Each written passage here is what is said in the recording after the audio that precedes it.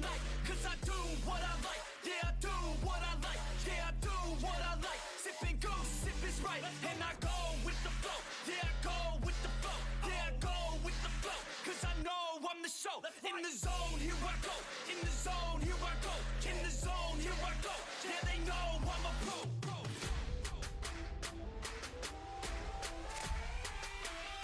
Let's go, let's go.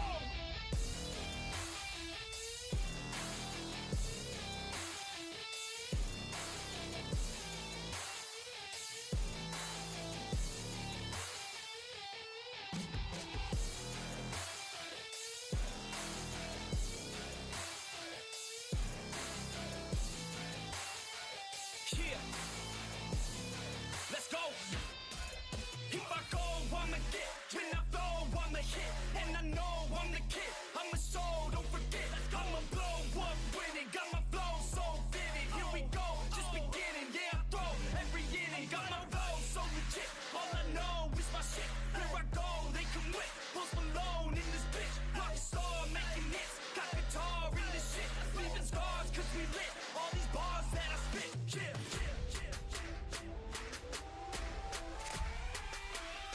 Let's go, let's go.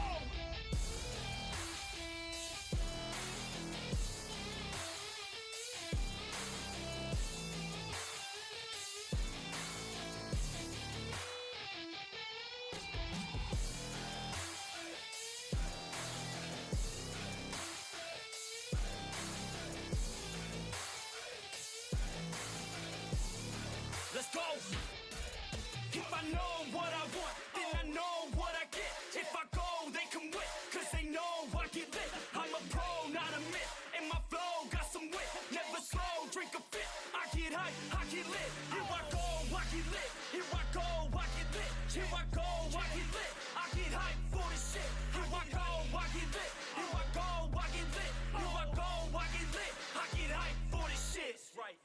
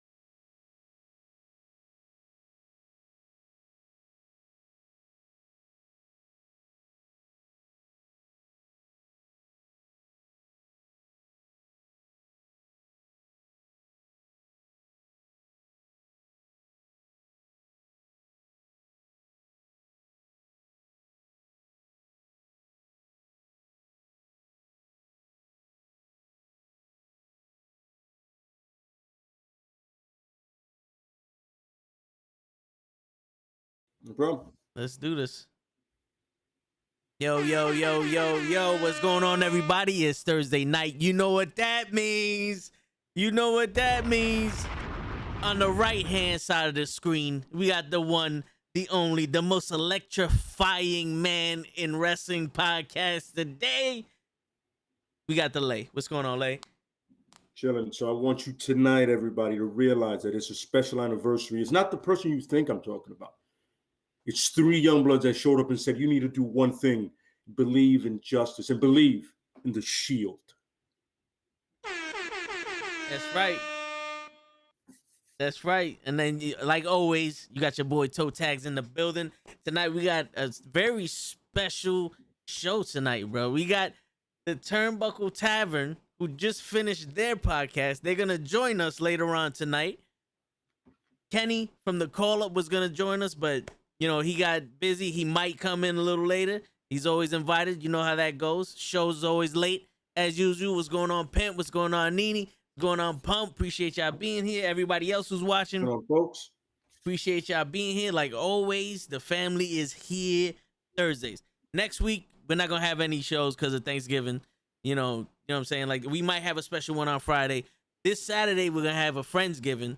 So it's going to be all of us. Everybody from the pod. It's going to be Cabs, Cap, Lay, me, Show, Kenny. Gigi says she can't make it because she's working, but she's going to be there in spirit. The Pro Wrestling Podcast is going to be on here. It's going to be a fun one. It's going to be a special one also.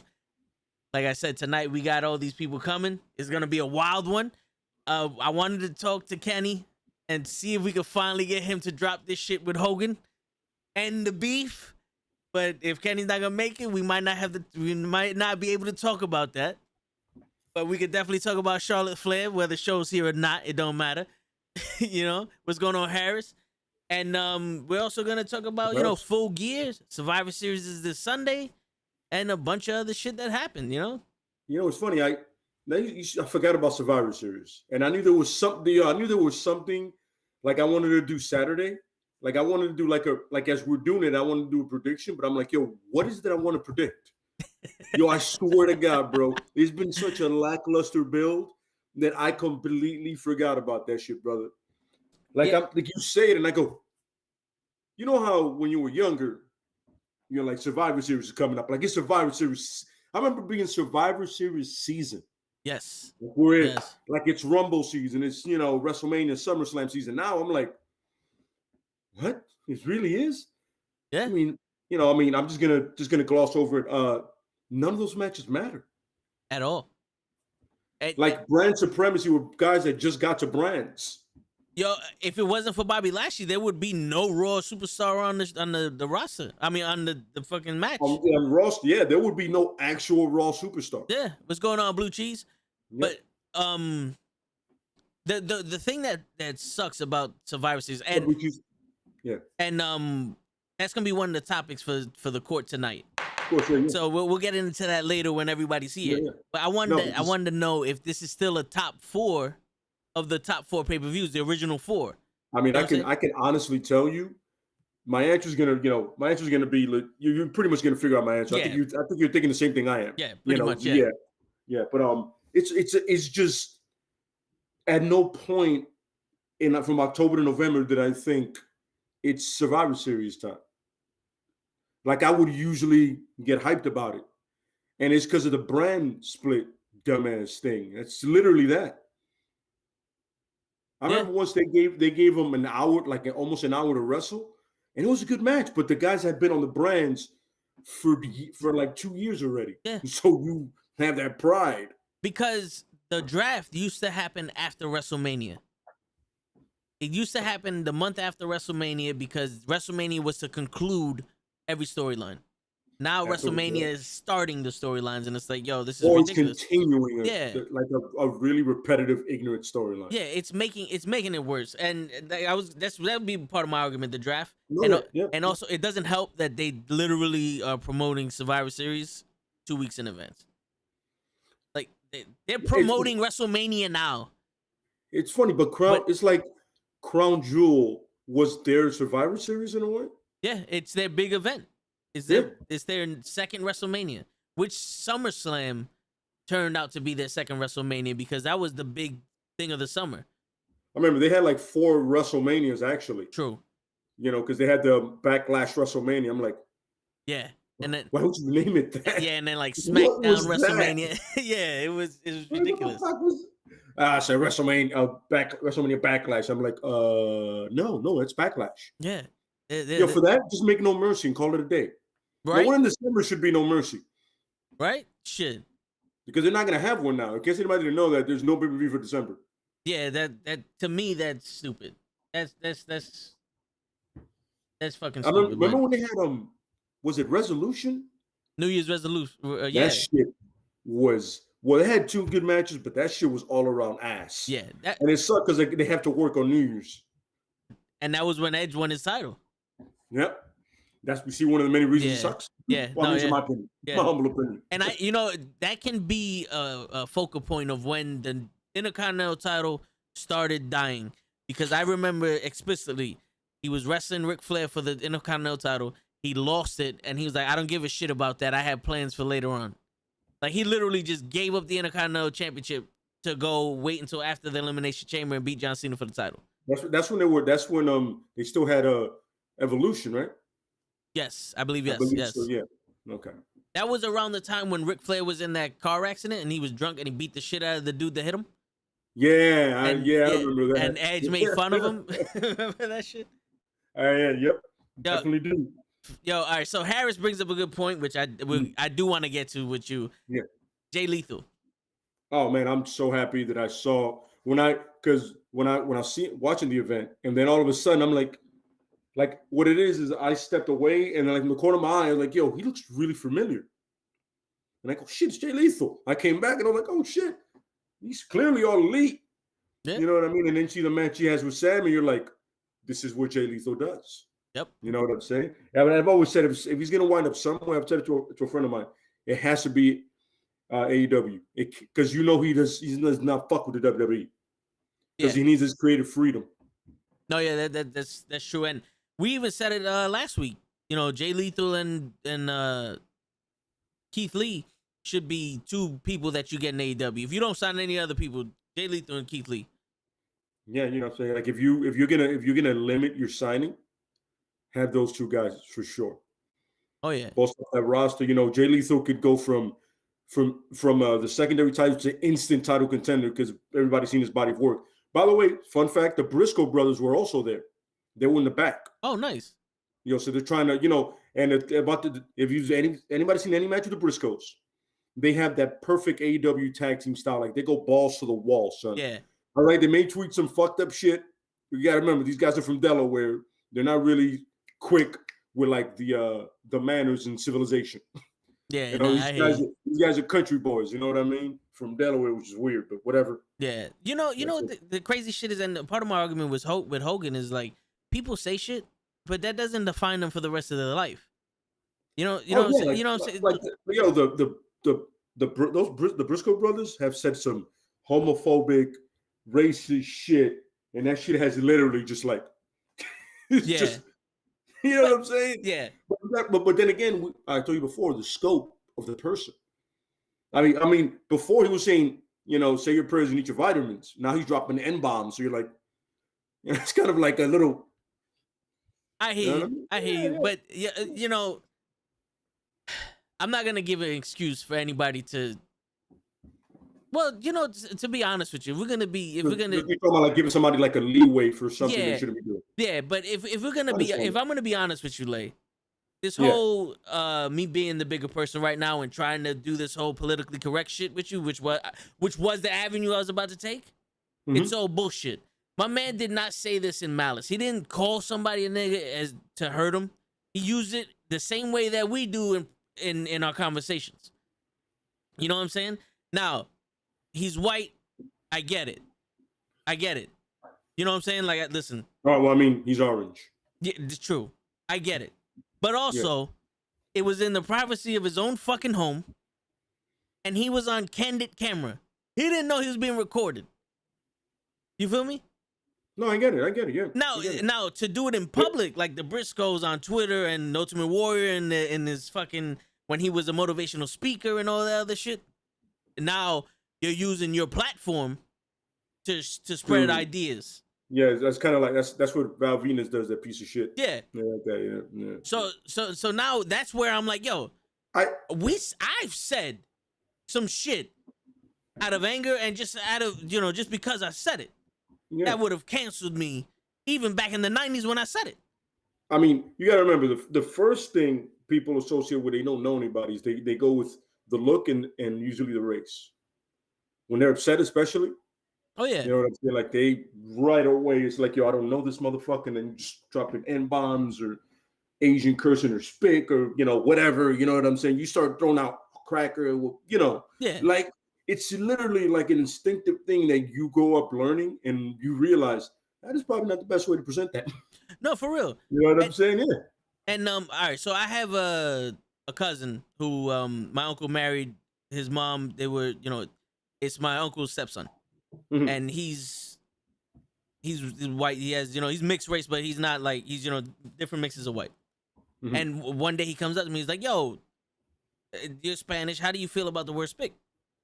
And I literally turned around and said, "Yo, look, first off, that's not something we say to each other. That's not like, what's good, my nigga. None of that. That's disrespectful. And no one has ever said that shit to me before. And you ain't saying that shit to me. He's like, oh, no. I just wanted to know because, the people don't bring that shit up. It's like all the Jewish slurs and all the other shit that everybody says. It's very difficult when it's acceptable for certain things to say, but then it's not acceptable for other people to say, which I understand that. Because, my brother has nicknames that only my father could call him. You know what I'm saying? Like, we all have that, no. This is the only person that can call me that. You feel me? But, it's still one of those things. It's like, if any one of them know your songs, they said it thousands of times. Yeah. What's going on, Randy? What up, Jason? Oh, yo, I didn't see the Spider-Man trailer.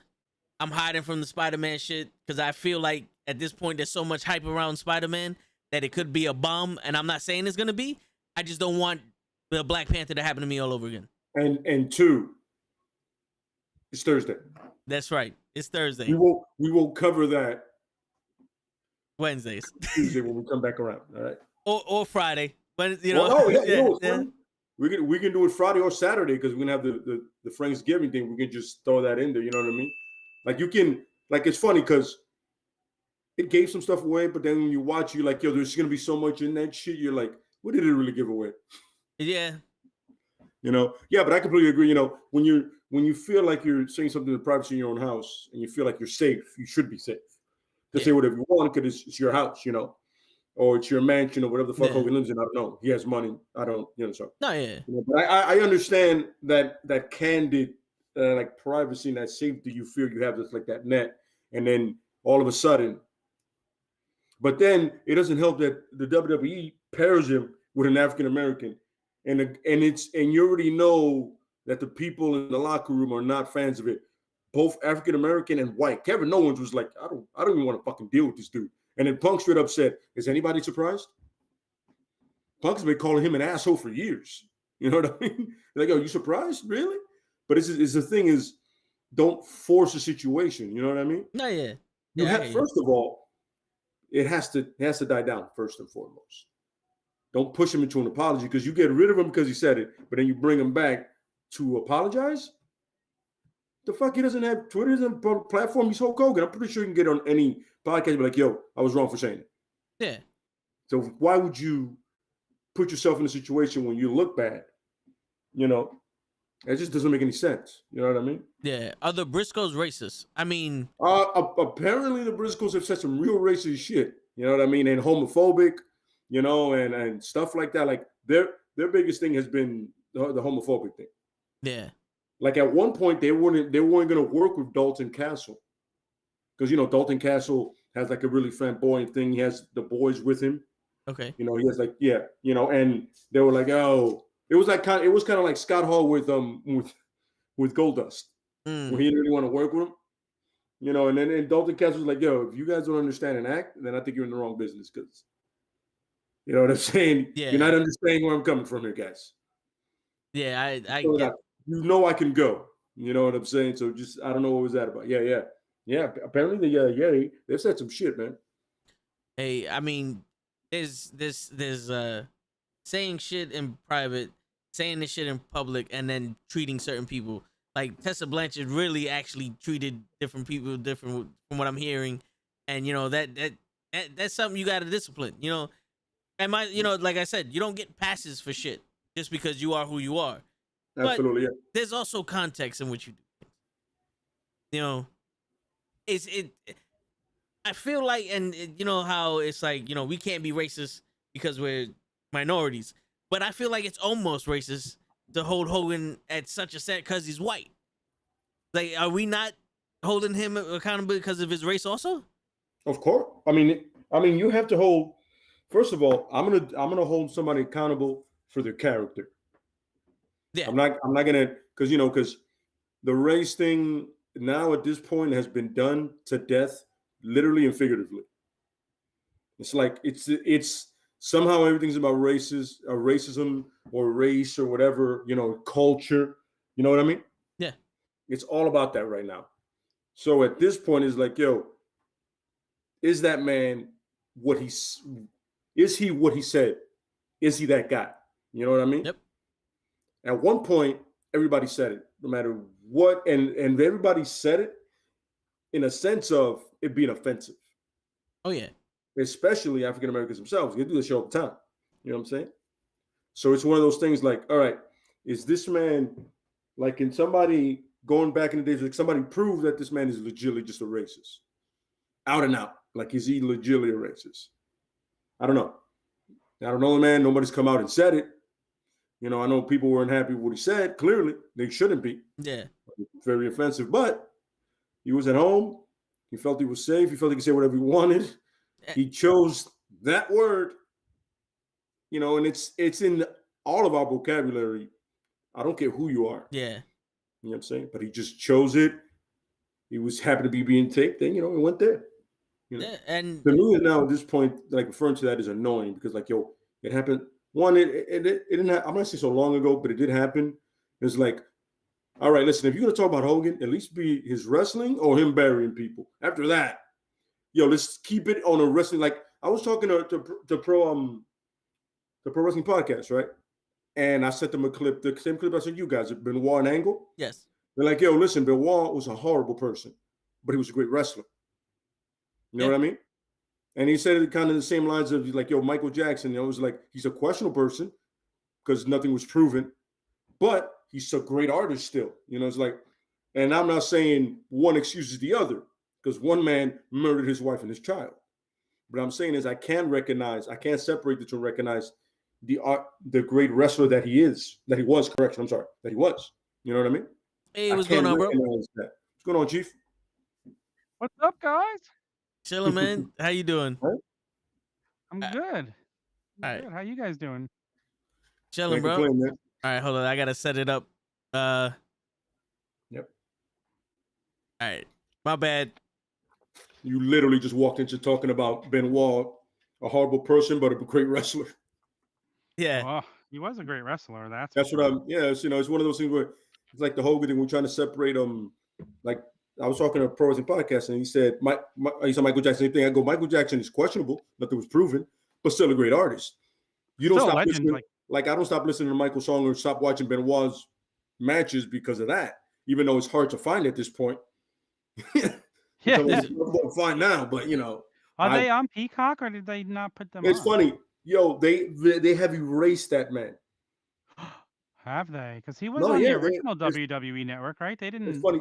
At first, the WWE network, they had him that Royal Rumble win, and for some reason, I don't know what happened. Somebody tweeted something, said, I can't believe you have this murderer and you're glorifying him. And they took it off. Oh, man. I remember when they put the stickers over his figure.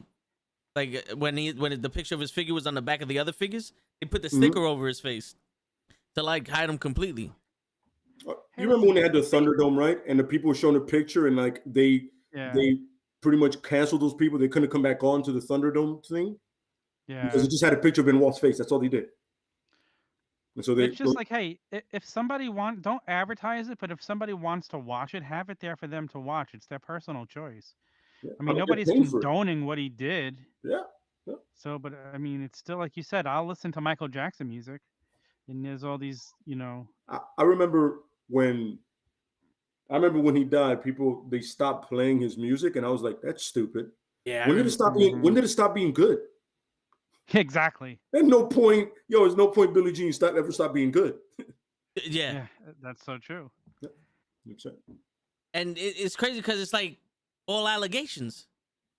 R. Kelly, they proved R. Kelly. Like he's been convicted. He's going to jail for this shit. Now it's up to your your moral compass. Yeah, absolutely. But the funny thing is, as disgusting as what he did was, he did have good songs. Yeah. Like before this happened, you put on Bump and Grind and you listening to that. I'm sorry. Yeah. You're listening to it. Oh, I Believe I Can Fly. Nobody was. You couldn't get away from that song at one point. Trust me, I tried. Oh, yeah. I tried hard. You know what I'm saying? And to go back to Benoit, like they are saying that when they scanned his brain, he had the brain of an 80-year-old man with Alzheimer's. You know, like his brain was fucked up, so he had the CTE shit. But also before he killed his family, there was no allegations of him beating the shit out of women or his kids. You know, like he was a bad person this whole entire time. It just this one incident. So before that, and you watch his wrestling, you can appreciate him being a good wrestler. You don't know him as a person, so you can't judge him. Now you see what he did. It's like, all right, if he was still alive after he killed, like if on some OJ shit, then it's like, all right, I can't condone anything you do afterwards. I can't endorse that. But as a wrestler, he was a good wrestler. Yeah.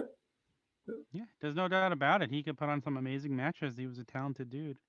It's just, it's unfortunate the way it ended. And it's funny because you got like Stone Cold, right? When Stone Cold first started doing it, Stone Cold was beating the shit out of his wives, plural, and he tried to cover it up. Now, Stone Cold's my favorite wrestler, but that shit doesn't mean I don't recognize the fact that he was a piece of shit for doing it. Word. You know what I'm saying? Did he go to the level of Benoit? No, he did not. But he hit a woman. He's still a piece of shit. You know what I mean? No matter what. You know what I'm saying? True. Yeah. That is very true, and people loved him. Absolutely. Some people he could do no wrong. I'm like, yo, you put your hands on a woman, man. Dude, you gotta take a step back and realize, first of all, look at your size. You're not a small man. Yeah. At all. You know what I'm saying? I'm pretty sure when you throw hands, them shit's hurt anybody. Yeah. Booker T could probably attest to it when he got his receipt from him. But it's one of those things where like, yo, I can't excuse that. No, Stone Cold? Yeah. But I'd be like, yo, you did hit a woman, bro. I can't ignore that. You know what I mean? Yeah, I get you. But, it's always that thing of separating the human being from the performer in everything, everything you do. And that's the whole Hogan thing. It's like he said it, but it's like, yo, first of all, it's say your prayers, eat your vitamins. Is that guy saying it? Yeah. You know what I mean? Yeah. That's what we originally was talking about. Yeah, and it was like that, the platform he has and still has amazingly. And then the WWE fucks up like pairing him with an African American. I go, how smart was that? You think nobody saw through that? Yeah. You can tell how uncomfortable they both were, by the way. Good job, guys. Yeah. I just hate, and not that this is an excuse for Hogan, but I hate when shit leaks that's not supposed to be out there. But it just shows you like how many other people are saying stuff that we would just like, ooh, like this is a terrible person and I like them. Yep. There's so much of that out there that we just don't even know. The Warrior. The Warrior was doing that when he was doing the motivational speaker, the homophobic slurs and all that other shit. Yeah. And I didn't know about this until the Beyond the Ring, Dark Side of the Ring. I remember somebody sent me one, and I didn't know it was a Warrior because I hadn't heard his voice in so long. And I'm like, yo, who the hell? Why does this sound so familiar to me? And then it wasn't until that I was like, I've heard that before. Oh shit, it's him. You know what I mean? I mean, he went off the rails, long ago. You know what I'm saying? Yeah. I mean, cocaine and roids will do that to you. Yeah. For the most part, yeah. What's going on, Pro Wrestling Podcast? He said it's kind of weird because Ric Flair has no blurred lines in his character. I mean, to be honest with you, he was air humping the fucking the ring, looking at women in the crowd. Remember talking about you gonna get on Space Mountain and shit. Let's be honest. We all knew what Ric Flair was for the last 40 years. Like, there's no shock here at what happened with Ric Flair. But now, times have changed, and like we all like, hey, Ric Flair has always been a piece of shit womanizer. Like, there's no doubt about it. Was he great in the ring? He made it part of his character. Yeah. Him being a womanizer was part of his character, and people ate it up with his promos. So there's no shock. But now we live in a different time than we did years ago. So what was right was then is not now, and what didn't offend people then offends people now. So I mean, it's funny the thing is, the Tommy Dreamer end of it is it sucks because Tommy Dreamer's a good guy. I was gonna bring that up. Right? Everybody in the industry will tell you, yo, Tommy's a good cat, man. He's one of the honest ones in the business. He's not gonna screw you. All of a sudden, he literally says what we're saying. He goes, yo, listen, that's Ric Flair. That's what he does. Cancel you. I'm like, why? Wait, why? Why? He's literally doing what every wrestler's ever done. He's like, yo, that's Ric Flair. That's what he did. All the fans know.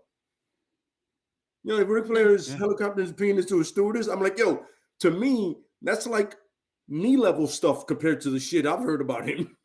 He's done way worse shit. To be honest with you, the whole helicopter shit, I wasn't surprised at. When he cornered the woman in the back of the plane, that's when I was like, hold up, this is a little weird, and no one's stopping this shit. Yeah. But Tommy was like, I don't think he's the type to do that. But, you know, anybody gets offended. He even mentions, like, I have double fucking ponytails. Somebody's going to get offended by that shit. What's going on, Mike? No, talking about Chad. Oh, chat, my bad. My bad. No, it's cool, man. What's been going on, man? We're talking about Ric Flair and Hogan being racist and all those things right now. Where's everyone stand on this? I'm literally on some like, yo, man, it's happened. He was at home. I'm kind of like with Toe here. It's like, yo, he's at home. He felt comfortable. You know, everybody said worse in privacy of somewhere.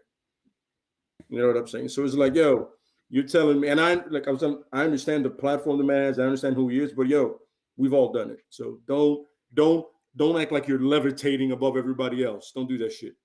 You know what I'm saying? Because usually when somebody gets mad at something, the first thing they do is how they look or their race. It's like it's instant. So you know what I'm saying? I personally just wanted to go away because it's not that I wanted to give an excuse. It's just annoying. They're like, all right, yeah, he said it, right? Let's talk about him burying people and not being so good at the ring. I feel like that's wrestling wise. Yeah. Yeah, if we knew all the shit that people said, I mean, so many of the people you look up to would just be buried. I think it's like cancel culture mentality right now. I mean, what he said was fucking awful. Everyone knows that. But at the same time, it's like, I mean, the guy's never.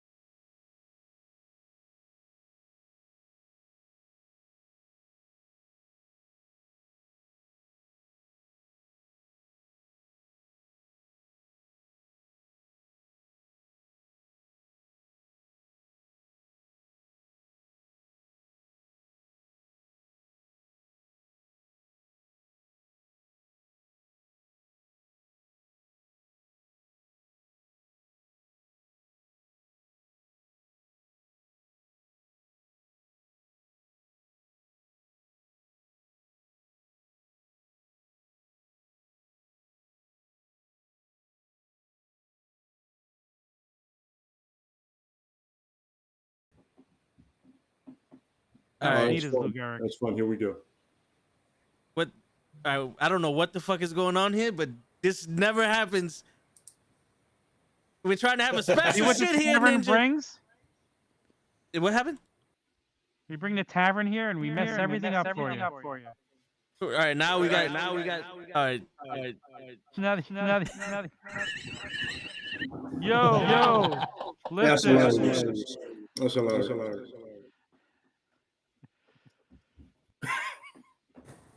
This shouldn't be so funny. I'm sorry. Yeah, for real. Pro Wrestling Podcast. I muted. Still entertaining. Yeah, I muted us on OBS because I didn't want you to hear 15 versions of us talking.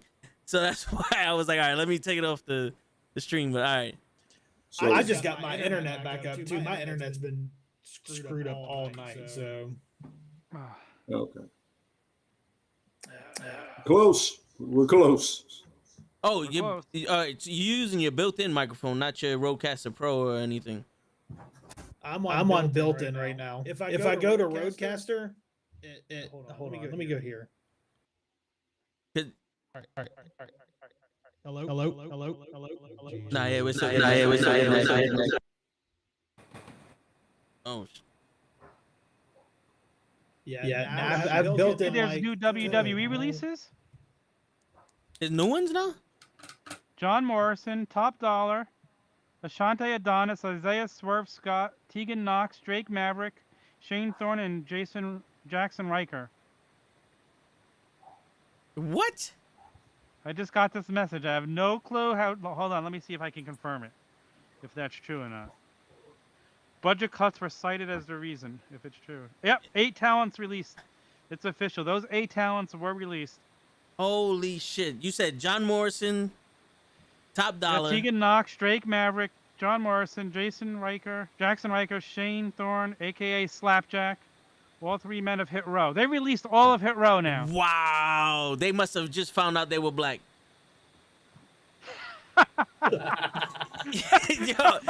Yo, Lay, did you hear that? Talents were told the releases were due to budget cuts. 8 more releases from WWE.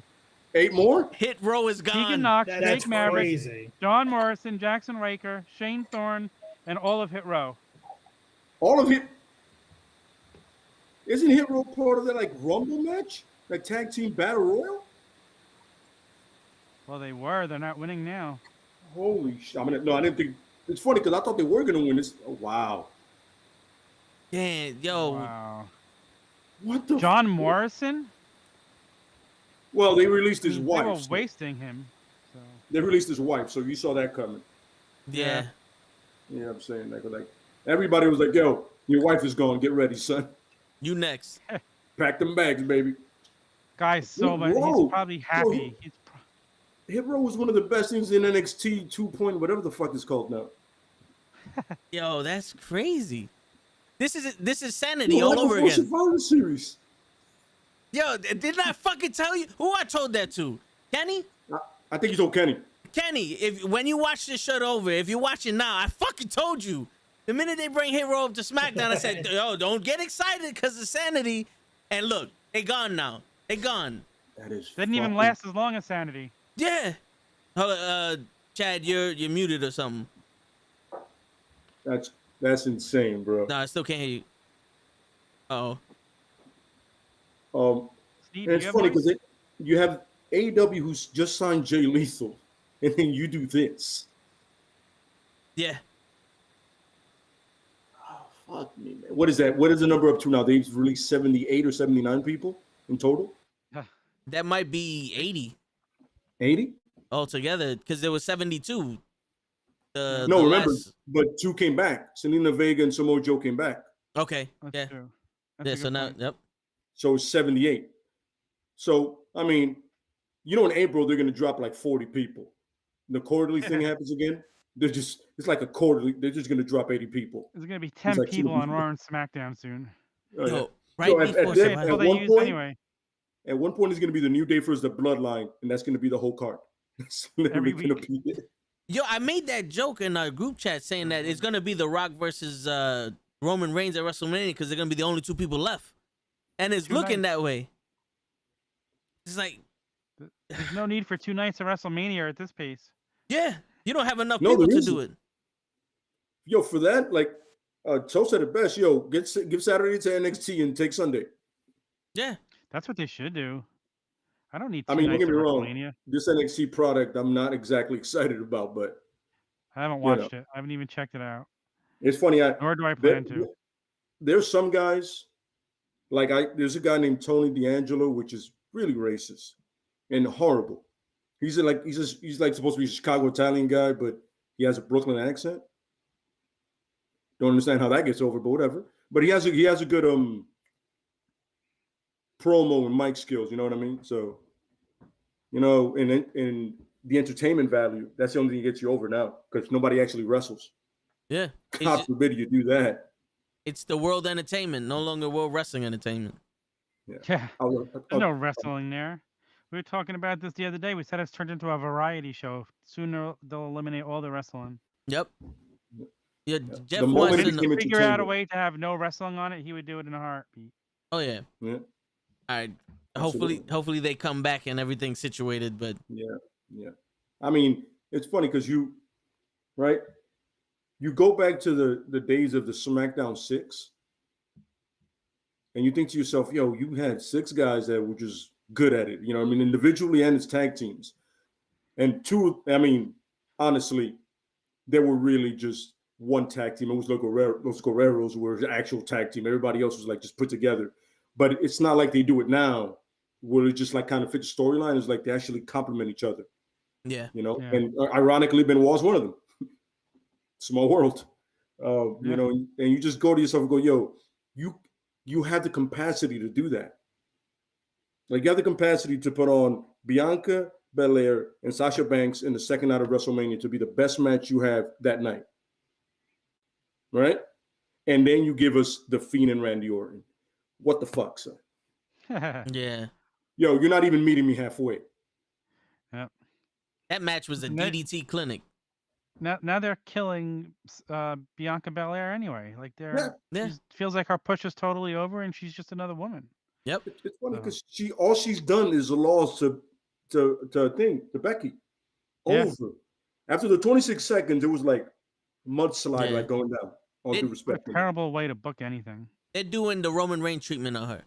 Mm-hmm. Yeah. They're bringing her down, and I'll bet you any money when people start getting over her, and they're like, "Yo, all right, she's done. Like she had her time. Let's see somebody new." They're gonna bring her back up, and everybody's gonna hate it. Like, no, you should have did this shit when we wanted it. Like, nobody wants this shit now. Where's Doudrop or the fucking Shayna Baszler? It's funny because Shayna Baszler, what a waste she could have been. Oh yeah.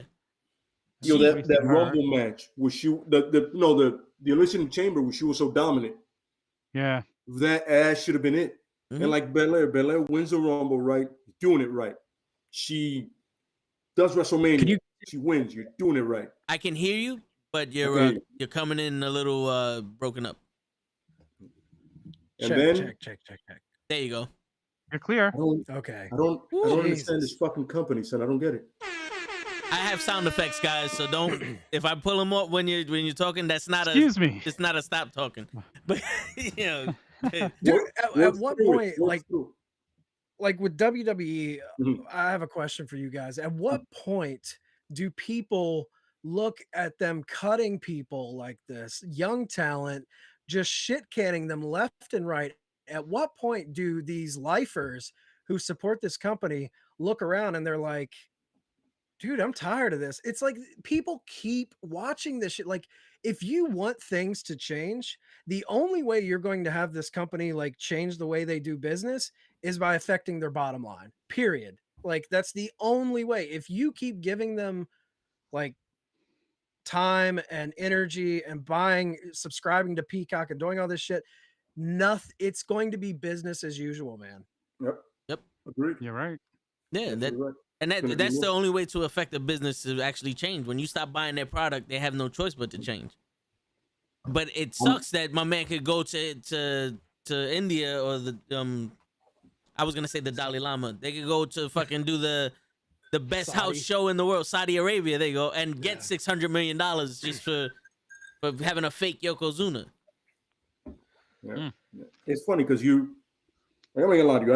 I bought the Roman shirts right off the cuff. That I remember there was one time when Roman was in Pensacola, Florida, and they were booing him. I go, yo, but he's from there. So fuck you guys. I'm gonna get behind this guy. Luckily, I did it at the right time because then the Kimmy thing happened. He turned around, best heel in the game. He came back the way he did. But then you start releasing people during the pandemic. What the fuck, man? Yeah. So I haven't seen Raw in forever. I watch Raw through these guys when they do their Raw review, when they do the Raw watch along. I have not seen me Raw. and Kenny do that. Like sometimes I may catch a highlight or two. Don't watch it. I watch Dynamite and Rampage. Pretty consistent. Dynamite have to catch after I get home because I get home late from work. But anything, I catch it right away. I'm usually on my phone or whatever. And then SmackDown is like, I like the bloodline, and I've been a fan of the Usos since before when they had the face paint and they looked weird. And then before that, actually, because I looked into who they were, like, oh, Rikishi's kids. I like Rikishi. Yeah, fuck it. Right? You know what I'm saying? I'm a fan of his, and I like them. When they came back with that whole new attitude, I was like, perfect. All of a sudden, you're just like, now you're starting to booking them like the Hurt Business. Now I'm starting not to care about these guys. Yeah. Brock comes back, and all of a sudden, Roman's a bitch ass, and he's no longer the guy. He's scared of him. Why? He has the ace in the hole. He knows Brock. He has his cousins. What am I missing here? Yeah. How do you guys feel about how they're doing all that together? I'm like, yo, if AEW releases one good theme song, they make one good theme song, I swear to God, I'm never watching it again. No, AEW's theme songs are fucking horrendous unless they buy them. Let's be real. Yeah, I actually like them. I like them. I don't mind. I don't mind their entrance themes. I think Mikey Ruckus kills it. I actually like I like Penta's theme, Penta and Phoenix's theme, but that's because I just really like Penta, and I would like him to bring the Lucha Underground theme with him. But I think MJF's theme fits him. MJF's theme is dope. Oh no, MJF is, and that whole thing with Punk was perfect. I called that one, by the way. I was like, yo, that was beautiful. Punk on promos alone, I'm in. I'm all in. All pun intended. I'm all in. Yeah. I'm gonna mark out. What an episode of wrestling we got last night from Dynamite. Oh yeah, incredible. Telling stories, planting seeds for the next year. It was an amazing episode. It's pro wrestling for grown ass people. True. It's not for little toddlers and geriatric old people like WWE is. Yeah. And it's not. I mean, they patronizing us either. Yeah, they insult your intelligence on Raw and SmackDown. Roman Reigns storyline, it's the best thing he's probably ever done. That and the Shield, but like outside of Roman, he's surrounded by garbage. Like for the most part, like there's bright spots here and there, but dude, I can't get through 2 hours of SmackDown. I can't get through 3 hours of Raw. There's so much stuff that I'm just like, you're treating me like I'm a dummy. Yeah. Like I've watched wrestling for 35 years of my life. Like you don't have to spoon feed me stuff. And it's not even that they're just spoon feeding you stuff. They will start a storyline and then they'll pull some shit where you're like, hold on.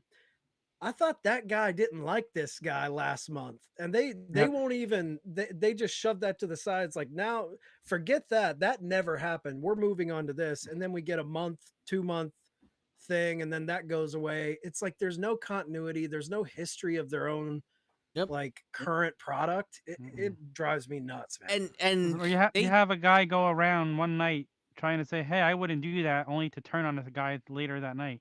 Yeah. How does that make any sense? Yeah. And they treat people way differently. Like Keith Lee and Karrion Kross, they came out their first time and they're losing. But Austin Theory comes out and my man's main event in Survivor Series on the team now. Just all he did was take pictures. Yep. Like you gave him Tyler Breeze's gimmick and now all of a sudden he's the top guy. But Keith Lee has it turned into a battle cat and wear extra clothes because of they changed whatever his music. They completely overhauled that guy. Yeah. It's because Vince has this hard on. Vince has this hard on to change gimmicks that are already working. Like I don't understand. If you're overdoing this, why do you try and change it? It doesn't make any sense. None he's whatsoever. Not good at it. It's not like he's good at changing gimmicks to make people better. Yeah. It's like, yo, you want to make everybody generic? Pretty much. Like you made Karrion Kross a gimp. Yeah. Right? Dead serious. Yeah. When I saw him come out with that, I was like, yo, okay, at least he's gonna take off the stupid helmet. He's gonna take off the dominatrix thing. No. My man was wrestling in that. I was like, what? And it didn't do him any favors. Did you see? First of all, they took away his fiance. I didn't understand that at all either. No. The entrance was great with both of them. Package deal. And then he gets rolled up by Jeff Hardy. Yeah. Who hasn't won a match in like wild. He lost Jeff Hardy lost to Cedric Alexander 4 weeks in a row. And Karrion Kross loses while he's the NXT champion. He has a belt on, by the way. Yep. Never takes it off. Exactly. So shit on your products and your wrestlers at the same time. So many people say this, and I think people, when they hear it, they think, "Oh, that's overblown." Mm-hmm. But it's so true. Vince is out of touch. He's in his late 70s, dude. Like, he isn't tapped into what the modern day 18 to 49 wrestling fan wants. Like, the fact that you watch Karrion Kross and Scarlett come out in NXT, which was arguably one of the best entrances in pro wrestling at the time. The fact that he sees that and he's like, let's scrap that. Let's take her. Let's get rid of her. Let's throw away the smoke and the fog and the cool music. Let's just have him walk out in like a broke ass gladiator gimmick. Like, what the fuck are you thinking? You're out of touch, dude. Oh my! And the crazy shit is, it's not like we're asking him to do something crazy. Leave them the fuck alone. Exactly. So true. Yeah, you're not sitting there with a guy walking off the street. I want to be a wrestler. Okay, here goes your gimmick. No, Keith Lee is arguably one of the most athletic guys in the business right now for his size, and even not for his size, like pound for pound. And his whole fucking basking in my glory shit was amazing. But we're gonna make him a bear cat, and he's gonna fight the littlest motherfucker we ever seen in our lives. And we're gonna wonder why he doesn't get over. Like, what? He fights fucking Dijakovic in NXT. Awesome matches. Dijakovic is now fucking Mace or whatever the fuck you want to call it. That's what the fuck I called him. He didn't get released. Yeah. I forget he calls him that. Yeah, Donovan Dijak. Yeah, whatever the fuck his name is. Let's not talk about what he did to Donovan Dijak. Yeah, he's Mace now. Let's get into a retribution. Yeah. That was stupid. He fucked up like 8 careers in one shot. Yo, but that was stupid in He itself. literally said, fuck all of you guys. Yo, they came out. I was like, yo, all right, they got something here. It's like a new NWO type shit. They're gonna tear shit up, and they're like, oh, you people sold your souls for a contract. Next week, every single one of you got signed to a contract. What? What? So no more retribution, right? Like we solved it from the inside by getting signed. Why would you sign the people trying to destroy you? Yeah. Why the fuck did you put your son-in-law in charge? Why did you put him in charge and then don't listen to a fucking thing he does? He builds these people up and he makes them great. Vince has completely neutered Triple H, man. Like he lets him do his thing, and then he grabs the guys from Triple H. He's like, "Oh, that's nice what you did. I'm gonna completely do away with that." He's cutting his fucking balls off left and right. Yeah. He took the company from him. He took Yeah. he took NXT from him.'s like, I don't like what you're, like, dude, what's up with Triple H? I know he had the heart issue, but when is he going to be, how much of a part of this company is he going to be now after having NXT taken away from him? And I don't know, man. He's all elite. There were, I heard. I wouldn't be surprised. You know what's funny? Somebody came up with an idea, right? I forgot it was on some Instagram thing. He said, "Yo, what if Triple H takes all the talent that was released, right, and he makes his own thing, but he partners with AEW? He goes, listen, I'm not saying we're together, but I'm saying we can work together. Like that forbidden door, you know what I mean? That forbidden door part, we can work together. All these guys that got released here, I built them up and I got shitted on. So fuck that. I can work something out with you guys. I'm sure Khan is like, yo, listen, I have billions and you see the way I spend money. I'm playing. I am literally like a kid with action figures right now with human beings. I hate to make it sound like that, but that's literally what he's doing. Oh yeah, most of my favorite wrestlers, I get to put them together. I appreciate that. I saw someone say that Triple H and Shawn Michaels should buy ROH. Yeah, Pro Wrestling Podcast just said that in the chat. Yeah. That'd be interesting. That would be interesting. I just have one thing to say about NXT 2.0. Braun Breaker. With 2 Ks. What? With 2 Ks. His name. The third one is we silent. know the third one is silent. Yes, exactly. Yeah. Because of good old boys. But I'm thinking in my head, right before he comes out, you go, no, your new name now is Braun Breaker. He goes, what happened to Rex Steiner? That makes sense. Dude, I look like my father. Sounds like his uncle. Yeah. Right here, this is dad. And then you put me in a singlet. What does he say?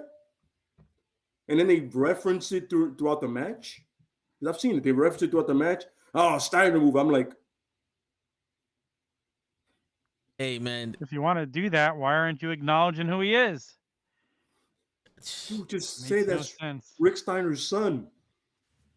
By the way, there's like 3 guys that are they're kids of other wrestlers. I believe Bo Buchanan's son is there, and one of the Beverly brothers. Yep. His son. That's Von Wagner. Von Wagner is Yes. the Beverly brothers' son. Yeah. That he looks like the love child of Test and Edge, Yeah. but He with no does. charisma. No charisma whatsoever. Yeah. You know what I'm saying?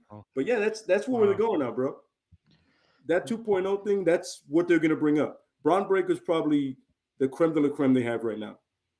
That's all they have. I think NXT 2.0 is fucking garbage now. Yep. Well, the ratings are reflecting that. It's fucking Yes. garbage. It looks stupid. The funny 'cause wrestling, dude, there's people on there that should not be on primetime TV. Some of that wrestling on there is so bad.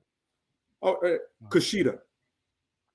Great. You have one of the best light heavyweights on God's green earth, and you put him on a team called Jacket Time? Yeah, I don't know what I'm the serious. fuck that means. There's a guy on NXT that he's also Asian, and he wears like these, I guess, funky jackets. So they put him together and they call him Jacket Time. Yeah, because Kushida's got the Marty McFly vest on. It's like, Yeah, dude, he got what the are whole you doing? yeah. But I'm like, you do realize how good he is, right? Have you seen New Japan? Yeah. Like watch one match and go, he should be doing a lot more than this. Well, dude, look at Nakamura. Oh, that's Like Nakamura, he is a shadow of himself in New Japan. Those Yeah. matches he was having with AJ Styles in New Japan are like all-time classics, and now he's air guitaring with Boogs, and it's a circus show. Yeah, and they used him to lose to fucking Jinder Mahal when he was the champion, and when he had By the way- that rivalry with AJ Styles, it was who can hit each other in the dick first match. yes, that's exactly. And then Oh man. I Bag completely tag. forgot he was an IC champion until they said he's having a match against Damian Priest. Well, that's Yeah. right. They have an IC champ. Yeah, But they considered him a contender for the tag team champions. They said, "Oh, he's one of the top contenders for the tag team champions, but he's your intercontinental champion."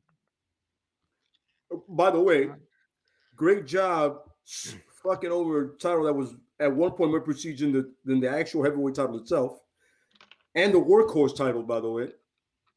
Yeah, but A guy like once again, Benoit.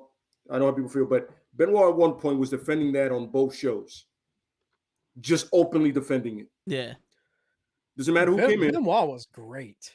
Absolutely. He was like so good. That's wrestling, man. And the funny and then let's think about the TV title when him and Booker T had their best of 7 series. Once again, that's what I'm talking about. You know what I mean? and they had a story in that because that was basically yes. Booker T's coming out party. Yeah, absolutely. Oh yeah. It was like he's separated from Harlem Heat. Yeah, and he was just like, because he still had the Harlem Heat gear. Yep. Like he was literally just rest. You didn't have the top. The top, just You the just had the- pants. Yeah, just had the pants. Yep. But everybody knew that I was like, he's the Shawn Michaels. I mean, with all due respect. It's No, like yeah, the for Street real. Profits now. We all know who the Shawn Michaels is, Oh yeah, Yeah. it's Montez. Yep. right? You know what I mean? But it just 100%. it's weird how you have all these lessons from the past and some stuff you did yourselves. Like you made the New Age Outlaws matter when nobody cared about either guy. Well, they made Yeah. themselves matter because I think in the Well- Attitude Era there wasn't anybody handcuffing people writing. They That's true. said you got 5 minutes. If you want 5 minutes next week, do something about it. Plus, they were in good with the Click. Yes, And the that's Click true. had all the stroke at the time. That is true. Well, I mean, when they started, I don't think they did. Remember when it was Rockabilly and he came. Oh yeah. I'm talking when they joined the joined roadie. DX. They were kind of under Triple H's wings. Yeah. I'm saying, and I don't. It's just weird, man. You bring up Nakamura could be the number one contender for the tag team title. Tegan Knox won a number one contendership for the women's tag team title twice, and now she's gone. 3 times. Yep. They won it 3 times. No, they won the number one contender 3 times. So they won. Because that contender thing makes no sense. You beat the champ to become a contender. I go, why don't you just have them do a tournament? But they did win 3 times, and they fired her. Apparently, the podcast said they fired her 3 days before her birthday. Yeah, classic, very classic. It's crazy because she blows out both of her knees in the Mae Young Classic like every year, and this is how you treat her. Yeah. There's some people. I'm still blown away. Want me to watch a product? No, Hit Row is crazy. No, First of all, Swerve by himself is money. Wherever Swerve goes, he's going to be golden. Swerve is money. And I feel like the big guy, I forget his name. Top Dollar. Top Dollar would be really appreciated in Japan. Because Bronson Reed just showed up in Japan. And they're loving that. Dude, Top Dollar might have shouldn't have been shitting where he's eating because he was talking all that shit about AEW and the Bucks, and now he's jobless. So it's like Impact, here I come. Yeah, right? Braun Strowman went and shit on independent wrestling and talked all that shit about Evil Uno and all those guys, and then he hits the free agent market, and AEW didn't even sniff him. It's funny because they're all about the Fiend, but they're like, he's doing movies right now, so And I was telling Toe, and we was talking about it before. I go, if Braun is smart, Braun will go into the movies with all these Marvel movies and DC movies. They're gonna need somebody that looks like you. Just go in there and do movies, bro. Yeah. Yo, hit a Batista. I know you know the guy. Be like, yo, brother, talk to me, man. I want to have some Marvel and DC success. No, for you real. don't have to wrestle. There's avenues to go through. You know what I mean? I hope he stays. If he were to sign with AEW or Impact, especially if he does go to AEW, I don't want to see that happen for another. I'd be fine if he was out for a year. I don't want to see every time people get released, they pop up in AEW. They pop up. Like, dude, let the dust settle. Let these guys get into some storylines. Then maybe 6, 7, 8 months down the road, have somebody pop up. Fine, but you can't. Too many surprises kind of it wears itself thin, I think. Yeah, you got to build up your 4 pillows. Yeah. AEW. Yeah. You got to build them up in the words of JR. The 4 pillows. You got to build these guys up. Yeah. I remember I was like, did I hear that right? Did he just say 4 pillows? I was like, damn, JR, you got to do better than this. I'm over here thinking Allen isn't soft. I mean, he's ready to kill himself in every match he has. Yeah. He's ready to end his life. Him and MJF, an amazing match. That opener set the tone, and it kind of screwed up a lot of people. It was like, after that, I'd be in the back like, damn, we got to follow that up. I said the same thing, man. That's arguably the match of the night. Yes. Like, absolutely. Dude, that sequence in the beginning when they were just trading near falls, I know people were like, oh, it was a little choreographed. Dude, I was digging that. That took me back to old ECW, Lance Storm and Rob Van Dam and Jerry Lynn. That I right away I got the Jerry Lynn RVD vibe. And the fun part is, like, a lot of people always go, yo, is MJF just promos? No. He came up with a lot of innovative stuff. He was little Chris Canyon out there. Mm-hmm. When somebody moved, I was like, okay, all right, I see you. He's got a lot of Chris Candido in him too. Oh yes, absolutely, man. Yeah. But yeah, I saw the match and I was like, yo, I want to come back to this. Like a year later or 2 years later, I want this to happen again. Yeah, you know what I'm saying? They're going to be feuding for the next 10 years, and I would love them to do it for the title. Oh, you know what I mean? Yeah. It'd be perfect, man. Because literally, he is the other side of that coin. Allen is the other side of MJF's coin, son. He barely talks, and he doesn't give a shit about himself. And then the other guy likes to be a nice suit, presents himself properly. You know what I'm saying? And he's perfect. Yeah. It's like, yo, there's very few times in a company you get 2 guys that are opposite and are also really charismatic, even though they do it in different ways. Yeah, and they mesh well together. Oh, absolutely, yeah. Their chemistry is great. Right? Yeah. It's oh yeah. You know what I mean? Yeah. But going back to Ring of Honor real quick, I had a question when the suggestion of Triple H and Shawn Michaels buying it. Do you make that like a third or fourth wrestling organization where you try to get a TV deal, or would you keep that independent?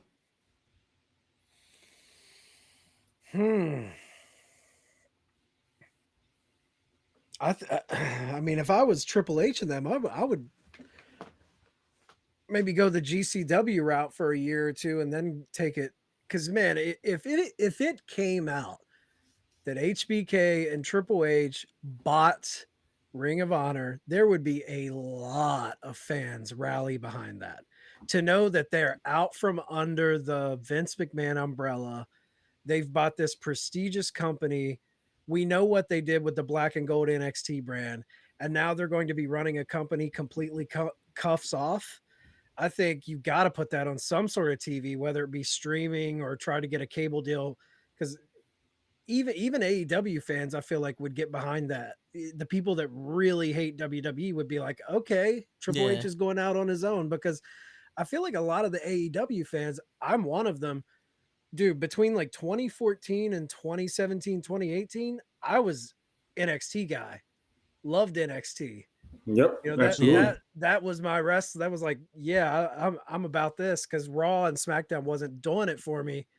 But then AEW kind of filled that void at about the same time NXT kind of started going down. Yeah. I was an NXT takeover guy. Because I didn't watch the NXT shows weekly. I'll catch them once in a while depending on who's wrestling. But the takeovers, they were better than the SummerSlams. They were better than any pay-per-view they went up with in WWE. It's funny because remember, for a while it was, how do we follow NXT up? Yeah. It was like, at first it was a joke, and then after a while it got serious. There were reports of guys like, how do we follow up, and like Ricochet and Adam Cole? How do we follow that up? How do we follow up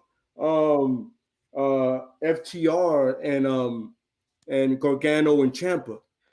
Those matches, how do we what in the author's opinion, like, how do we compete with that? The WWE we're like you said, we're handcuffed. Yeah.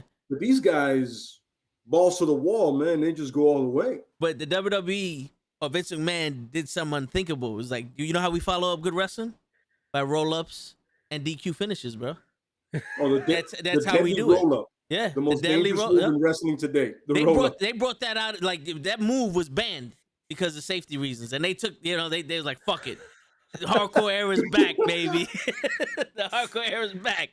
Everybody's doing the fucking roll-up now. And the fucking shame of it, dude. Like a well-placed roll-up, like when you're not using it all the fucking time, that is like your that's kind of like your knockout punch out of nowhere in a UFC fight. Yep. It's like, oh my God, I didn't see that. How did he get, but they lean on it so much, it's a cop-out finish now. Yeah. Where like back in the late 80s, early 90s, dude, when someone pulled out a roll-up, I want to say one of the Ricky Steamboat, Ric Flair classics ended in a roll-up finish. Yep.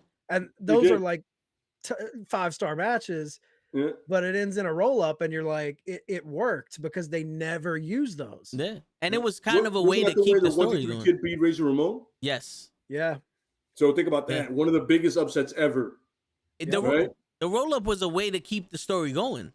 Yeah. Because it was always, you didn't beat me, you got lucky type shit. Yeah. Now everybody's doing the roll-up. It's like, what?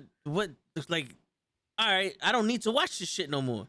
Yeah, you got a lucky shot. Was the heel with the tights, with the, like, you just see crack. You're like, oh man, you're tucking it in hard, bro. I find it hilarious that you can kick out of 15 finishing moves and the roll-up with the tights, but a regular roll-up, unkickable. Nope. You can't kick out of that one. Not anybody. This guy. Oh, yeah. And this guy. Yeah. Only them. Hey, but at least this guy had his gimmick was that he hulked up. That's true. Cena, I literally saw Cena get hit by a Boeing 747 and just stood there on some like Superman shit. Yeah, the Miz and Alex Riley or whatever the fuck his name is. His name is escaping You me. actually got it right. It's Alex Riley. Oh, okay. Alex Riley beat the shit out of John Cena for 4 days straight in that fucking last man standing match, and my man never hit the mat once. He was on his feet that whole time. Son. Oh they ran him over with a train. Like, you know what I'm saying? Like there was nothing you could do to this man. You know what's funny? My favorite Cena thing is, how the hell did he beat Brock Lesnar in that match? The chain. Extreme Rules. Remember the hell did he win that? The chain. He got his ass handed to him. Chain, right? Yeah, he put the chain around his hand, and Brock Lesnar jumped into the chain. It made no sense though, because 52 that suplex. whole buildup was Lesnar, and I'm not a Lesnar fan like that. I'm an early Lesnar fan, not this one. But that whole buildup was Lesnar handing him his ass, and all of a sudden he pulls one out of his ass. I'm like, yeah. I love that match. I like the match where Lesnar just suplexed him like. Oh, the SummerSlam! Oh, that was awesome. Loved it. Yo, me and my boys were watching that, and we just started counting for the fun of it. Yeah. Like, is it 15 or 16? 16. Ah, good. I missed one. I went to the bathroom. I missed one. My bad. But it showed that there's a difference between being a wrestler and being a UFC fighter now. Yeah. Like, that was the story I got from it. It's like Brock Lesnar came, he was a wrestler, and people could do whatever to him. Like John Cena versus Brock Lesnar back in the day, different match. My man is the UFC heavyweight champion, baddest man on the planet. He fucked you up. Yep. That's what he did. That was his job. He came and fucked you up. When he opened up Randy Orton, I was like, good. Because that's what he's supposed to do. He's a real fighter. Yep. Yep. But not no more. We know Braun Strowman called some of that love. He got a little too happy. Oh yeah. Brock was like, bro, if you want to throw hands, I don't think you want into this. In the words of the Street Profits, you don't want into smoke. Word. You want none of it. Yeah, man. I don't know, man. But here's my thing is, right? So you can, like I said it before, you can give me a great match, right? With women or men, doesn't matter, right? Or whatever title you like, whatever pronoun helps you out. But then you consistently book bullshit. And as you well put it, insult my intelligence while you're doing it. Mm-hmm. Like you're literally telling me you're an idiot because you keep watching us. Mm-hmm. And we're telling you that these two guys were cool, and one segment later, they hate each other. Right. No. I saw that whole thing. What happened there? Give me. It's like when you watch a movie and you miss a part and you go, yo, what happened? Wait. They were cool 2 seconds ago. What did I miss? But then the problem is, with them, you didn't miss anything. They're just literally going. They did that with the Kevin Owens storyline and Big E. That's exactly what I'm thinking about. Yeah, when Seth Rollins hit Big E and Kevin Owens pinned him, now all of a sudden Kevin Owens a bad guy? No. This is a match. He's trying to win. Right. Would Big E turn around and go to the ref? No, disqualify me because Seth Rollins hit him? No. Right. I've never seen that happen from Big E. But why is Kevin Owens such a bad guy now? Because he took advantage of an opportunity. Like, what? And then now Kevin Owens a bad guy, and he literally says on Monday, and I only watched it because we do the watch along, me and Kenny, and it's hard. I'm not gonna lie. It's hard to get through that 3 hours. But he literally told Big E, I'm gonna go fuck up everybody in the back, and it's your fault. The next time we see him, he's leaving to go home. Who'd you fuck up, and why didn't we see this on camera? Like he's literally in his gear, taping everything on his wrist, and going home. And Finn Balor's like, well, my match with Seth Rollins is no longer happening, so I'm wrestling you. But they promoted Seth Rollins versus Randy Orton. Like, what? How many matches did we hear about that we're not getting? That we're getting now? Like, I don't. This is Monday Night Raw. This isn't a house show. Like, somebody's confused. Yeah. By the way, it's a go home show. Yeah.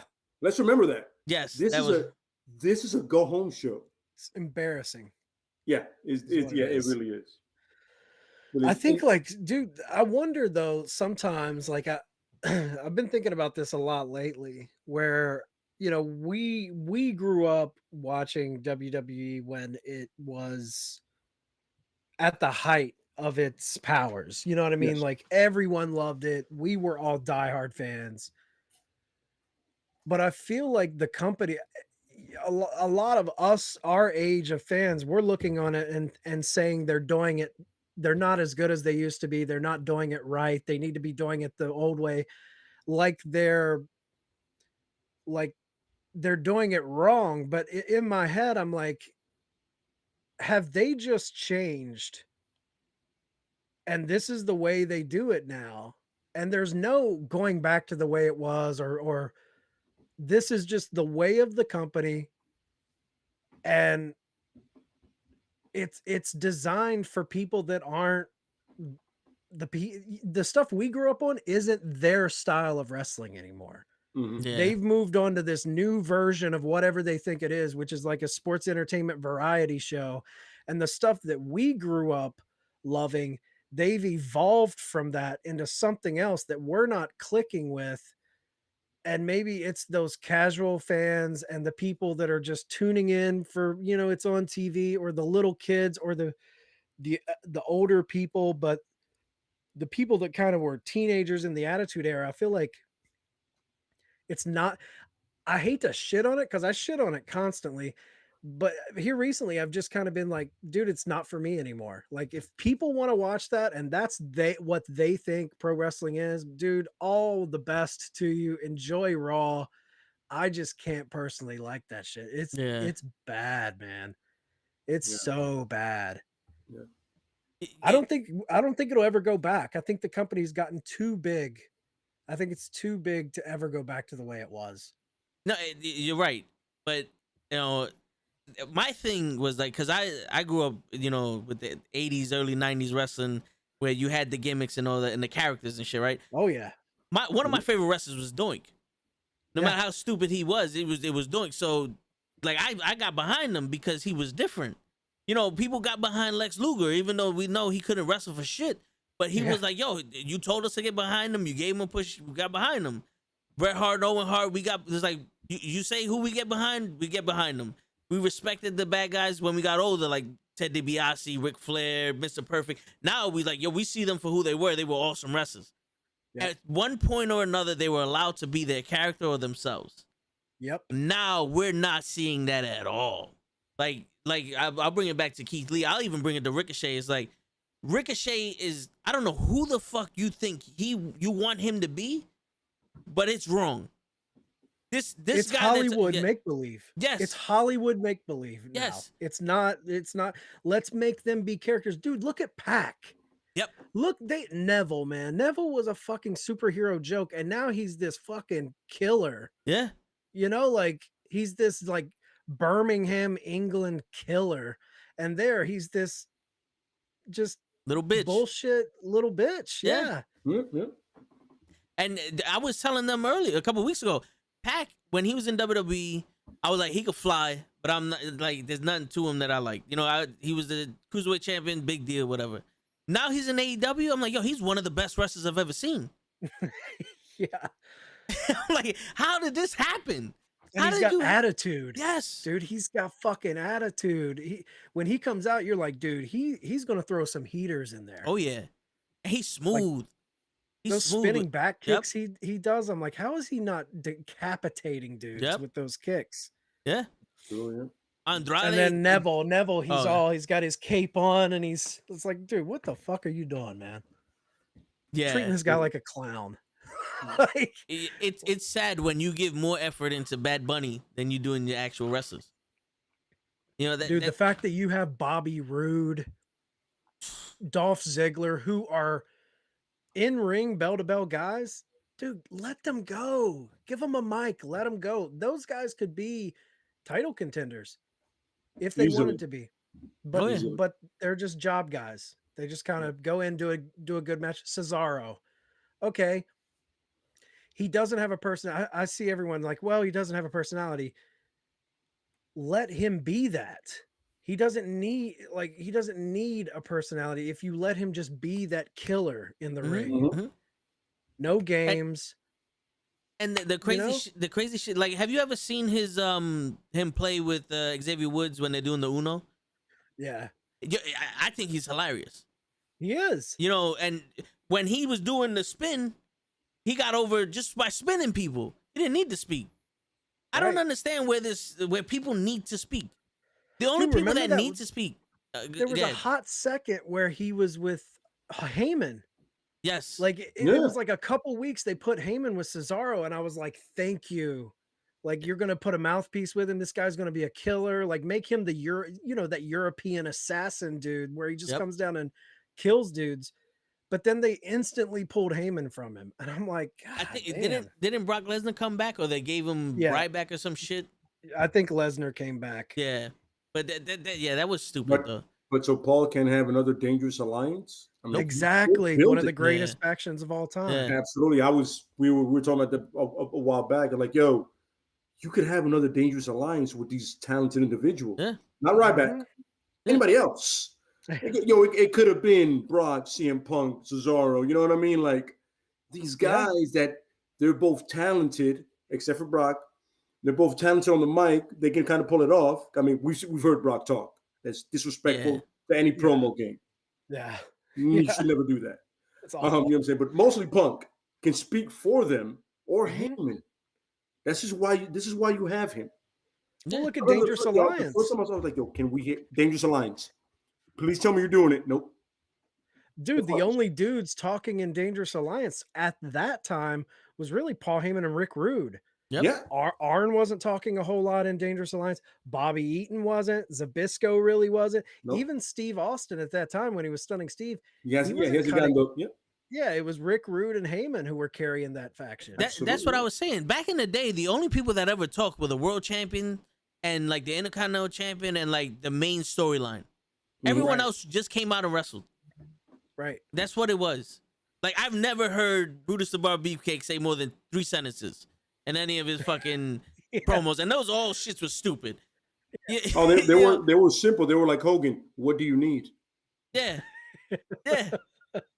But I'm sorry. I mean, how can I help you out? But even then, like when Andre the Giant was cutting a promo on Hogan for WrestleMania 3, Roddy Piper was holding him through that, and Bobby the Brain Heenan. It was Bobby the Brain Heenan and Roddy Piper, and Andre the Giant was like, Hogan, I'm going to beat you at WrestleMania. And that was it. That's all you needed. That's all I needed. Yep. But now everybody needs to be a fucking a doctor. Like, they need the PhD in talking. It's like, I don't get it. I don't need to hear you talk. I'm here to watch you wrestle. You probably, I would say most of the time, to be the guy, the top guy, you need to talk. Most of the time. There's exceptions to the rule, but like, if you want to be the guy putting the asses in the seats, but not everybody gets to be champion. Roddy Piper never held the world title. Jake Roberts never held the world title. These guys were great on the stick. Yep, 2 of the best. Yeah. I mean, I imagine like a Jake the Snake promo now, the way he cut his promos, man. And you believed every second of everything he said. You're like, yo, I am really afraid of what he's saying. I feel this man is going to murder somebody sometime soon. And he wasn't the biggest. He wasn't jacked or nothing, but he was just really and he can wrestle. Mm-hmm. He was one of those guys you leaned into the TV. Yep. What's he saying? Like he wasn't screaming at you like that, but your greed is your worst enemy. Malachi Black has a little bit of that today. Yeah, he does. He has a little bit of that Jake vibe where you're like, he doesn't have to raise his voice a whole lot. Who's that? Malachi Black. Oh no, yeah. He definitely studied the game from that guy. Man, I can see it in Malachi. You know, even when he was doing those stupid little like things in that room where nobody answered the door, it was still dope because he was like, who's gonna come through that door? Yeah. Oh yeah. And you can tell it was really reserved. Yep. You know, Jeff mentioned Raven and also Jungle Boy, but that brings me back to ECW. Taz wasn't the best talker in the world, but in the ring, he made it look like he was ready to kill you. You know, he almost killed a few people in there, but he was a tough motherfucker. Yeah, absolutely. And the thing, he might not have been the best talker, but what he did say, he said it with such fucking ferocity and intensity that you bought it. You were like, okay, like I'm in. This guy's gonna murder this dude. Yeah. And they did none of that now. I mean, when he said, survive if I let you, yeah, he believed it. If I let you survive, if I let you, I feel generous today. Yeah. You know what I mean? And then the same thing with Raven was unfair for what he was because he understood the game to a level that a lot of people didn't. Because his promo game was crazy. He could go, but I felt like his promo game was better than his wrestling. You know what I mean? In a way, like he would sit there and he really clicked with that whole Nirvana, teenage angst, family separated kind of vibe thing. You're like, he took that and said, I own this.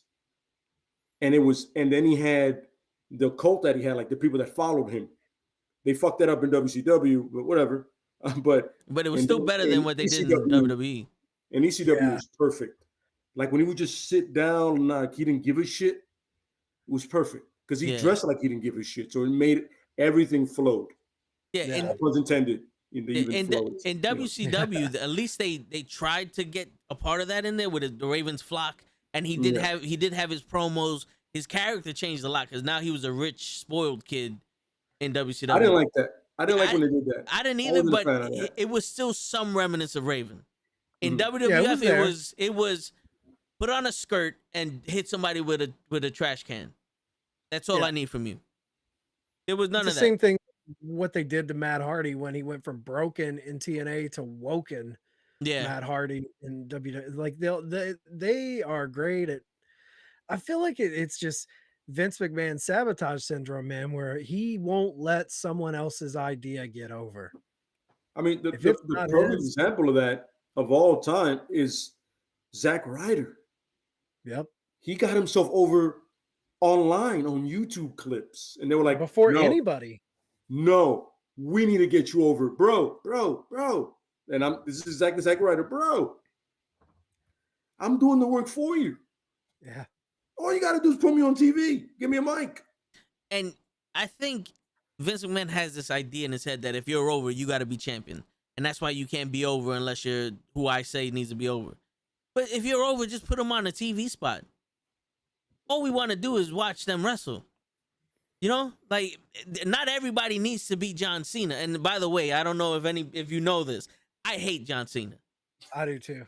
I hate him with all my fucking passion and guts. He ran me away from wrestling. On his rise up, I stopped watching wrestling for like 5-6 years.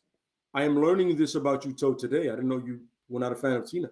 You know, it's I don't you say hide it often. You hide it very well. I don't say it often. You hide it very well. Because I'm supposed to be impartial. Well. Yeah. I'm trying to get him on the fucking show. Yo, you know what's funny? Every one of those moments that I would just stand here and go, this is gonna be hilarious. Yeah. No. I would invite everybody just to come in and watch it. Like we're awesome. Like watch our reactions to what he says and how he says it. So you and Kenny probably get along really well because I think Kenny loves Cena, right? Yeah, today we were supposed to have, are we gonna forgive Hogan? And it was gonna be me and Kenny going at it. Because I was gonna throw Cena in his fucking face, like if I was Randy Johnson in a 7-mile-per-hour fastball. You know what I'm saying? But Kenny had to do something, so we'll save that for another time. But I literally hate him, and I liked him when he was the Thugonomics.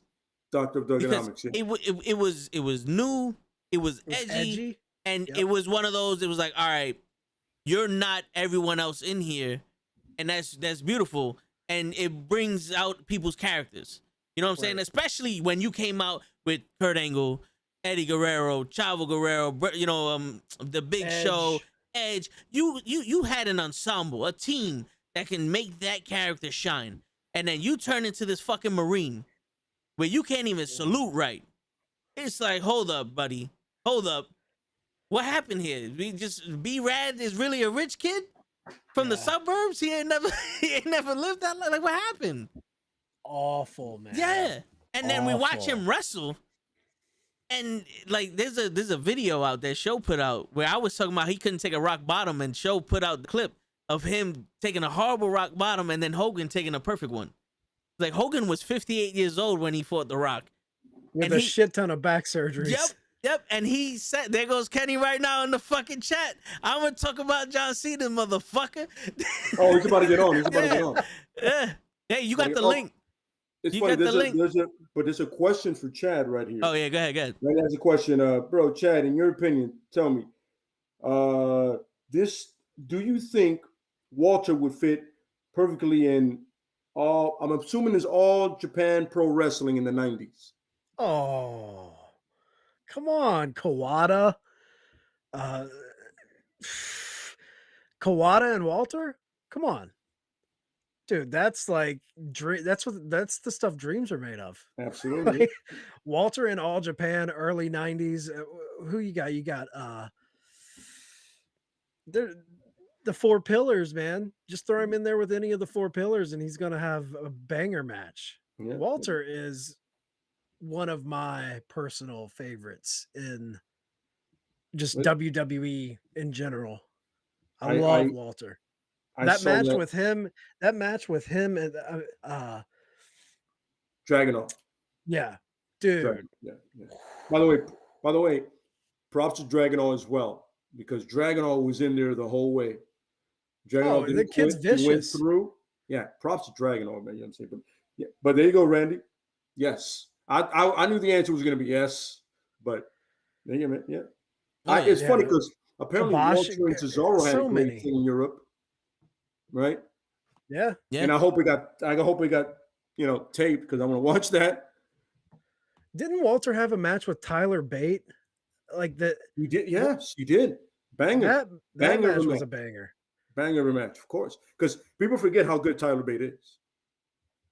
Yeah, they haven't done a whole lot with him. UK lately. Champ, the first, and forget how strong that guy. He ain't the biggest guy, but goddamn, is he good? You know what I'm saying? And once again, dropping the ball. Not bringing him over and promoting him right. Because, Vince, he's a little guy. Vince, he's a little guy. Right. Meanwhile, Vince was like, I should have signed AJ years ago. AJ grew in Japan. That's what happened. I should have signed him. He was talking, I should have signed him years ago. I was like, but he wrestled for your company twice. Right. On Velocity and something else. On like Heat. Yeah, yo. Whatever, man. Okay. Quick question from Pro Wrestling Podcast. This is from deep in the chat. If he's still here, hopefully he hears this. But he goes, yo, kind of going back to the second, third generation wrestlers and Benoit. Do you guys think David Benoit should keep his last name if he ends up wrestling? Absolutely. I think absolutely. So, yeah. It's not his fault. What happened? That's his name. Yeah, that's his name. You can't let somebody take your name from you, To me, that is here's my reason why you should keep that name. Reclaim that shit. Like the Benoit name. I'm a Benoit fan. Obviously the last 2 days of his life, no one could take up for that. That's heinous. But like as the wrestler himself, I love Benoit. I think he was one of the best. But what he did sullied that name. So for his son if he would ever truly get into wrestling, that's his chance to take that name back and make it mean something positive again. I agree. Good. And the fact that he looks exactly like his father. The fact that he looks exactly like his father. I know, man. There's no denying who that is. Whose kid that is. Like, that's your kid, son. Yeah. And that's it, bro. You know what I'm saying? But hey, man, the way I see this, man, go for it. Yep. You know what I'm saying? Yeah. Do the name justice and do your thing, man. I think wrestling fans, as divisive as wrestling fans can be, I feel like people would get behind him. I really do. I think so too. Yeah. Especially if he respects the business. You know what I'm saying? Like if he doesn't come out and suck. Right. Like you got a big name to fill. You got shoes to fill.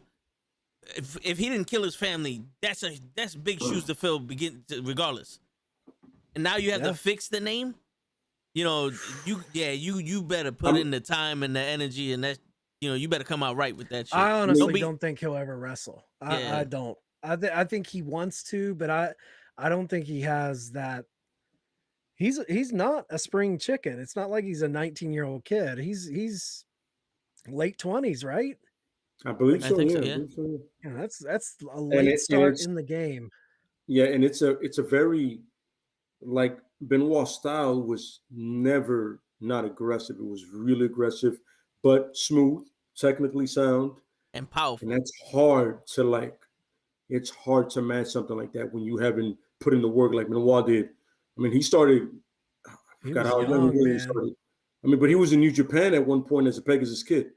Yeah, and even before that, I think he was wrestling Stampede Yeah, Wrestling he in was Canada. doing Stampede, yeah, the dungeon training. So it's like, dude, wrestling ability alone, but you have a problem already. You know what I'm saying? Like you have, you know what I'm saying? Just like doing half of your father's moveset. Now, here's the thing, though. Snap suplex, you know, dude. Do you come out? Do you come out wrestling like your father? Or do you come out wrestling like yourself? I think you got to go yourself. Those are big shoes to fill. It's like LeBron's kid. Yeah. When LeBron's kid goes into basketball, do you think he's going to try and be? Dude, you can't step out of that shadow. It's even like Cody Rhodes. I mean, for like, you know, Dusty Rhodes looms large over Dustin and Cody. Oh yeah. If it wasn't for Goldust, the Natural would have been stuck in mid-card WCW. Yeah, I mean, and especially older school, like fans that are maybe even a little older than us, like that's just Dusty's kids. Yeah. They'll never be Cody and Dustin. That's just Dusty's kids. No matter how good they get, how good they are, how good they've been, that's Dusty's boys. But on the contrary to that, like him wrestling now, there's a new generation of people that never heard of Benoit. That's true. That he can reclaim that name to something even better. And who's to say he doesn't have the natural talent from his father? And you know, like Teddy Hart, he's a piece of shit. But from what I seen, this motherfucker had the ability to do some crazy shit that that no one in the Hart family could do. Yep. You know, and like Charlotte Flair, when in NXT she was Charlotte. Now I feel like she's just the female version of Ric Flair. And especially with the bad attitude and the whole, I'm waiting for her to cut the promo, fire me. I'm already fired, like Ric Flair did in WCW. I'm waiting for that shit because that's what it's looking like. Elbow drops on his suit. Yeah, it's like once she turned into Ric Flair, it's like, all right, I'm not interested in you no more because you're not gonna be Ric Flair. You can only be you. You said something. You said something really interesting, Toe. That you said about having parts of their he would have parts of Benoit, you know, like if David came into wrestling, I feel like even without trying to be his dad, like if he wrestles his own style and no one knows his dad, so he doesn't have to live in that shadow to a certain sect of fans, there's going to be shit in him that's just innate. Like look at Brock Anderson. He's only had a handful of matches in AEW. But dude, there are certain little things that he does that aren't like he's doing them to do them. It's just these natural tendencies that he has. And you're like, fucking Arn used to do that. Yep. And it's just in him. It's not like he's trying to do them. They're just naturally coming out of him. So you would have those things show up in Benoit's son's matches that would be like, okay, you can't deny that. Even Brian Pillman Jr., dude, some of the matches, I was about to say that. Some of the moves he hits, you're like, I see Flying Brian there. I see the loose cannon. When he did a cross body, and I was like that. That's his father versus Liger. I've seen that match so many times, and I'm like, so good. But the funny thing is, you can do it side to side, and it looks exactly the same. Yeah. Yeah. I mean, their names are the Varsity Blondes. And he's been putting on size too. Nobody sees that. Nobody sees that. You know what I'm saying? The more size Pillman Jr. puts on, the more and more he looks like his dad from early WCW. Yeah. Like, man, he's putting that size on. The only thing I'm not seeing from his father is the character. You know, because he's still got a lot to work on for his character. Let's remember this. Flying Brian was Flying Brian for a long time. Yeah. He didn't turn into loose cannon at the later part, unfortunately, of his life. But for a long time, he was like a light heavyweight, cruiserweight guy that could roll with the best of them. So let's remember that. And once again, I always say AEW just started. They're like wet behind the ears, simming like on their breath. They literally just got here. You know what I mean? Yeah, but they when they were born, they were a big baby. You know what I'm saying? Shoot. You know what I'm saying? Like They were. They came out like 20 pounds. Yeah. C-section, like we got to get you out of this body. Yeah, Mama wasn't holding back. She was having all the meals. It wasn't premature. Yeah, for sure. For real. Yeah. You know? It's funny. Pro Wrestling Podcast puts it up. If he does this at any point, I'm gonna go. Yeah. Maybe you shouldn't do that. Yeah. But you know something though? Comparing to how things happen. It's crazy because like to try to put yourself in his shoes. Like how does he see it? Yeah, like we see his father a certain way, but then like how does he see his father? Like we know that he still loves his father and he has to pay homage to his father somehow. And that's the conflict that's probably not gonna touch base with the fans that knew Benoit. It's like it's either you put the fact that he killed his entire family and himself to the side and go, you know what, this is nostalgic Benoit, or you hold it against his son that your father killed the entire family and himself. Yeah. And it's like, and if I'm gonna pay homage to my father, I'm doing it. Oh, I'm definitely doing it. I may not do the diving headbutt because I ain't trying to get CTE when I'm like 40 something years old, but I'm doing this. I'm doing something. Yeah. I mean, we got the Lucha Bros doing the Eddie. Yeah. Three Amigos, but everybody does it at one point. Yeah. Yeah. When Eddie, half that pay-per-view did that. Either Eddie's birthday or when he passed away, everybody does it. Yep. You know what I'm saying? And then Punk even said this is for Eddie. You know what I mean? Jericho did it. Jericho did the frog splash to finish that match. Yep. I mean, it was a good effort. I would leave that to Ray Phoenix. Yeah. The young blood there can actually do he can kill it. You know what I'm saying? Yeah. Yeah. Out of all those guys, though. Oh no, probably I mean, there's that link is Jericho has more of a connection with him than the Phoenix is. He was in the trenches with him in the mid '90s in WCW. Like, I mean, New Japan. Yeah. The New Japan ties, ECW, Mexico. Yep. People forget that Jericho was in Mexico a lot. Yeah. You know what I'm saying? That's where he got the Lionheart, right? That's where he got the Lionheart moniker. But you forget about that. Like, I mean, he really paid his dues. And everybody forgets, like, oh, he showed up on a Raw one day. Nope. No, son. That man went everywhere. And then went to WCW, got disrespected. Then went to WWE, got disrespected in a way, Then New Japan. Then, the guy's been everywhere. And the man just, his ability to evolve is amazing. I respect the shit out of Jericho for that. You know what's crazy? I was thinking about it before we started the podcast. This is something I was going to bring up to Kenny. And depending on when he gets it, but I'm just going to say it. Jericho is one of 3, maybe if you count Christian, 4 people that went to another company and made that actually became the reason why that company became popular. So Hogan did it with WCW. Not saying that WCW wasn't popular, but Hogan was the catalyst for them competing with the WWE, especially for like Monday Night Raw and the NWO and all that. Kurt Angle, when he went to TNA, made TNA as big as it was. Christian also did it when Christian almost opened up the crack in the door and Kurt Angle busted that shit open. That's why I said if you count Christian, it'll be 4, but Jericho did that with AEW. And it was like those are that's a special breed of wrestler right there to do that. Yeah. Because I would say a name you could throw into that, Terry Funk in ECW. Yes. Terry Funk was the one that legitimized ECW when it was just a bunch of he was the legend that was like, oh shit, they got Terry Funk. So in the early days of ECW, of course they branched out, started making their own way, but those early days of ECW, I feel like Funk brought the eyes. You gotta most definitely. That legit guy. Yeah, you got a legit guy that's like, he's old school, but he verifies what we're doing. And also, he was like a king of death matches too. And that helped. Because that was their thing. You have a barbed wire match with the ropes. You're like, you gotta have the guy that's been in the trenches doing that. You know what I mean?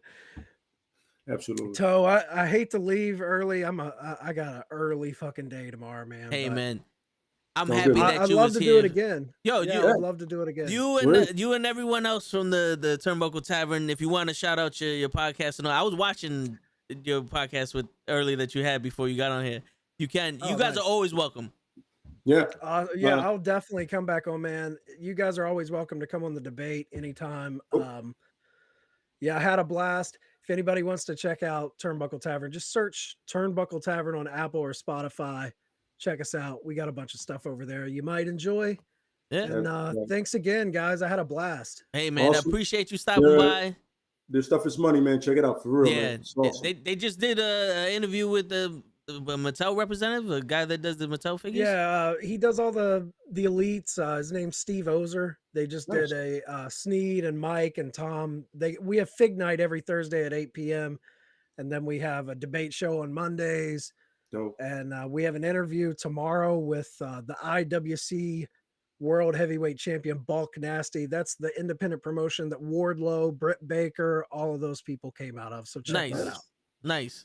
Cool, guys. Thank you. We'll do this again. This was fun. Yeah, definitely. And hopefully it wouldn't be having so many problems so everybody can figure it out. Yeah. You coming through, brother. Much appreciated, man. Yeah, man. Thank you. Yeah, man. I had a blast. You guys have a good night. All right, you too, brother. Be safe, man. All right. Yo, that was fun. I ain't gonna lie. Fun, yeah. I mean, it was that us vibe is like, he said, the moment they both cursed, I was like, okay, we got it. Oh yeah, I told him. I told him, was like, yo, there's no rules here. If you hate somebody, hate somebody. We'll let you rant. I even told him, like, if you want to rant, go ahead. We'll let you do it. We love that shit. The link to the Turnbuckle Tavern YouTube channel is in the chat right now. Appreciate them from coming by.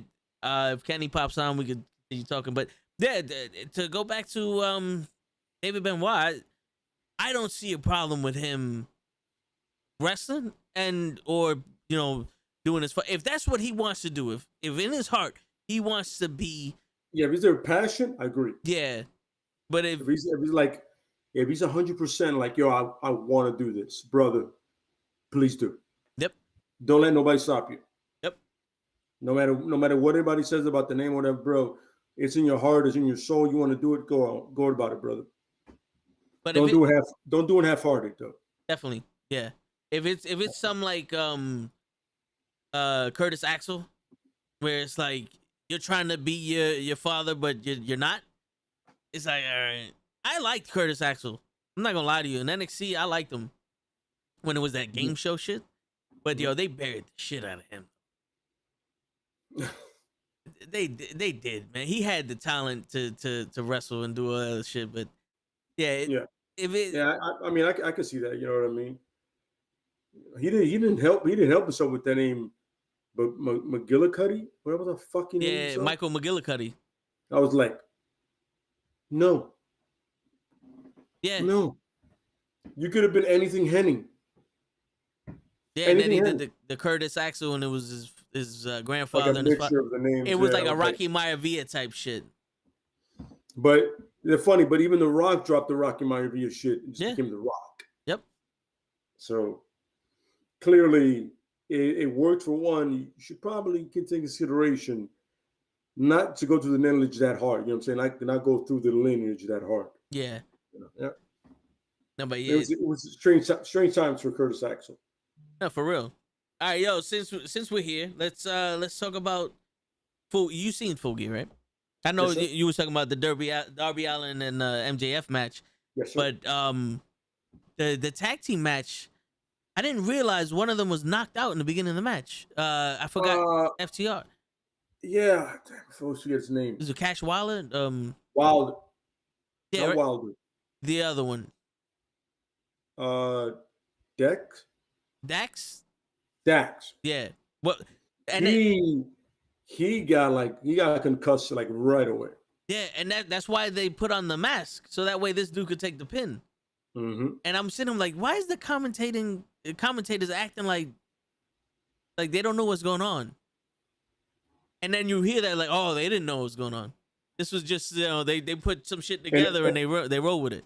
And apparently Ray got some heat because he concussed him and didn't check on him afterwards. Yeah. Ray Phoenix. Like, he got heat for it. Like, yo, well, usually, what you do is, like, Booker T got the same thing for Austin. When he first appeared that first night and they put him to the table, he didn't go check on Austin to make sure he was okay. That's like an unwritten rule in wrestling. Like, when you do something to somebody, right, and see they're kind of like, you go check on them.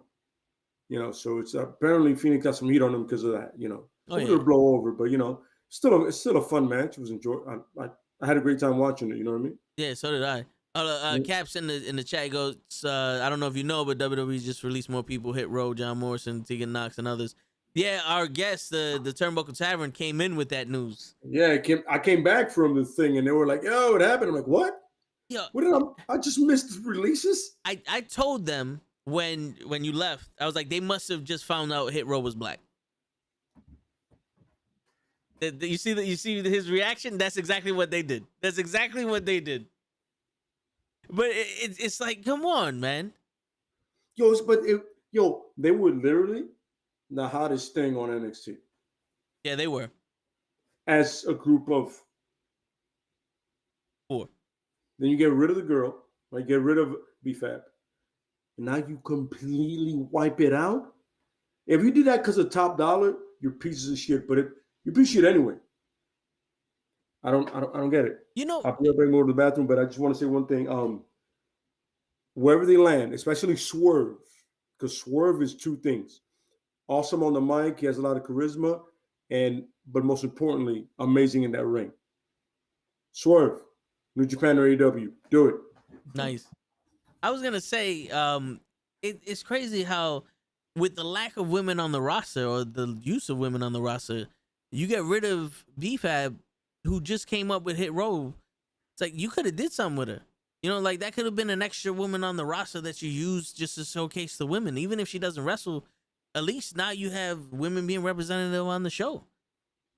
It's weird. And then, like we said earlier, Tegan Knox earned 3 WWE Women's Tag Team title shots.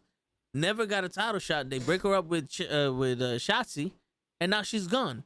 Where Tegan Knox literally destroyed both of her knees in the Mae Young Classic 2 years in a row for this, and then you hire her. She does awesome in NXT. She comes up, doesn't even, like, she has what, two tag team matches, doesn't even have any time to shine in the main roster. I'm talking about Tegan Knox. Like, and then you put her in the back and don't do nothing with her. Yep. Tegan Knox is an amazing wrestler. Like, she can wrestle Toni Storm and have awesome matches, shit that we ain't never seen on, like, Sasha Banks and Bianca Belair level type,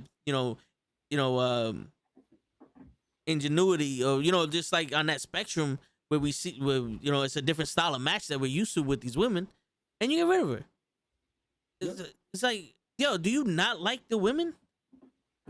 I mean, it seems like that. It's like it's literally like you don't like women, and you don't like anyone that's over 30.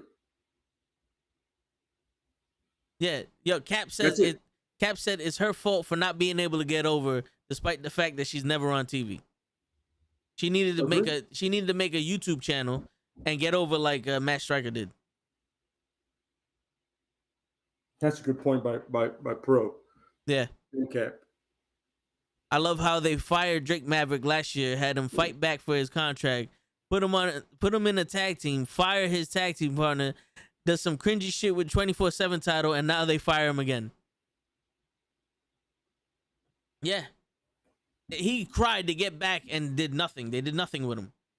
This is what I'm saying. Like, honestly, if we had another pro wrestler in here, I would want to ask him this question, but I wouldn't expect him to answer it truthfully, because, like, who would want to bury themselves?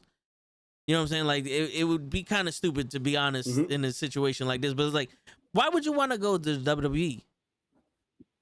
Like, unless you're, like, drop dead gorgeous to the point where, like, Eva Marie type, like, even though she's not, but, like, just to the point where it's like Eva Marie, where we're gonna try to attack more horny fucking teenagers to watch because of that, or your John Cena build, unless you're Braun Strowman, because I don't know any more prototypical type of guy that Vince would like as a wrestler. What's the point? Yeah, what's the point of being there. You'll be underappreciated, underutilized, and you'll waste some of your best years there. Yeah, yo, Braun Breaker. If not your best. Yeah, Braun Breaker is gonna win the NXT title, right? And I foresee him going to the main roster after he wins the NXT championship. It's gonna be something fast. They're gonna be on there for 2 minutes, and next thing you know, he's gonna be fucking tag teaming with Chad Gable. Mm-hmm. And it's gonna be a waste of his fucking time. And everybody's like, he needs to go to AEW. The only reason why everybody that gets fired needs to go to AEW is because at least they're gonna give him an opportunity. That's pretty much all. That's pretty much all we're asking for you to do is give these guys an opportunity to fucking wrestle. Yep. To do what they showed us to do. They're doing. I don't know who joined us because I can't see. I think that might have been Kenny. Might have been Kenny, right? Yeah. But yeah, we'll figure that out. But yeah, it's. I mean, it's frustrating in the sense because you want to enjoy something that you enjoyed so long ago and for so often that we would watch Raw religiously. Like, I gotta catch Raw, and then you miss it. Like, what happened on Raw? You talk to people, you know what I mean? But now you're like, I don't even care. Yeah, because nothing is cohesive, as the gentleman on the tavern I made a great point about, and it's like you change stories every 2 seconds. Yep. Why should I give a fuck? For real. Hey, what's going on, Kenny? What is going on? It's good, sir. Chilling. Yo, real quick, Cap said WWE is acting like there is no competition. Like there's no competition from any other organization. And Pro Wrestling Podcast said, I guarantee nobody is happy there. They're doing it with emotions. I can see that. They're just there for the money at this point. No, yeah, for real. Absolutely. Yeah. Absolutely. Like the releases there, I was like, how did you get rid of most possibly behind the Bloodline and the New Day, your best fraction, in the words of Shell? Yeah.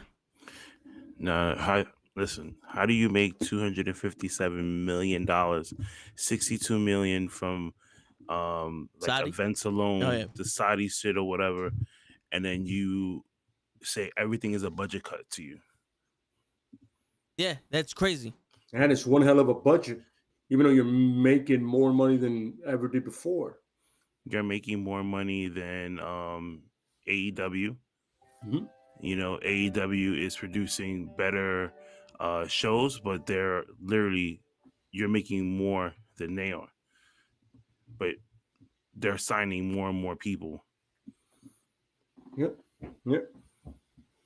It's like illogically, it doesn't make any sense. It doesn't. And you have your production value is amazing. We've seen it.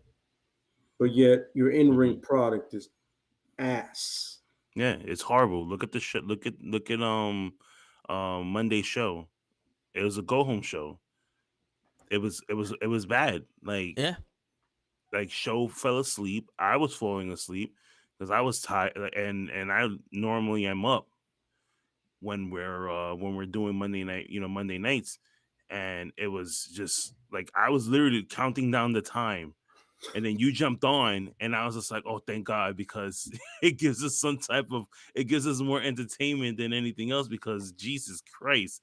Your lack of excitement is what I was like, yo, man, so this is raw.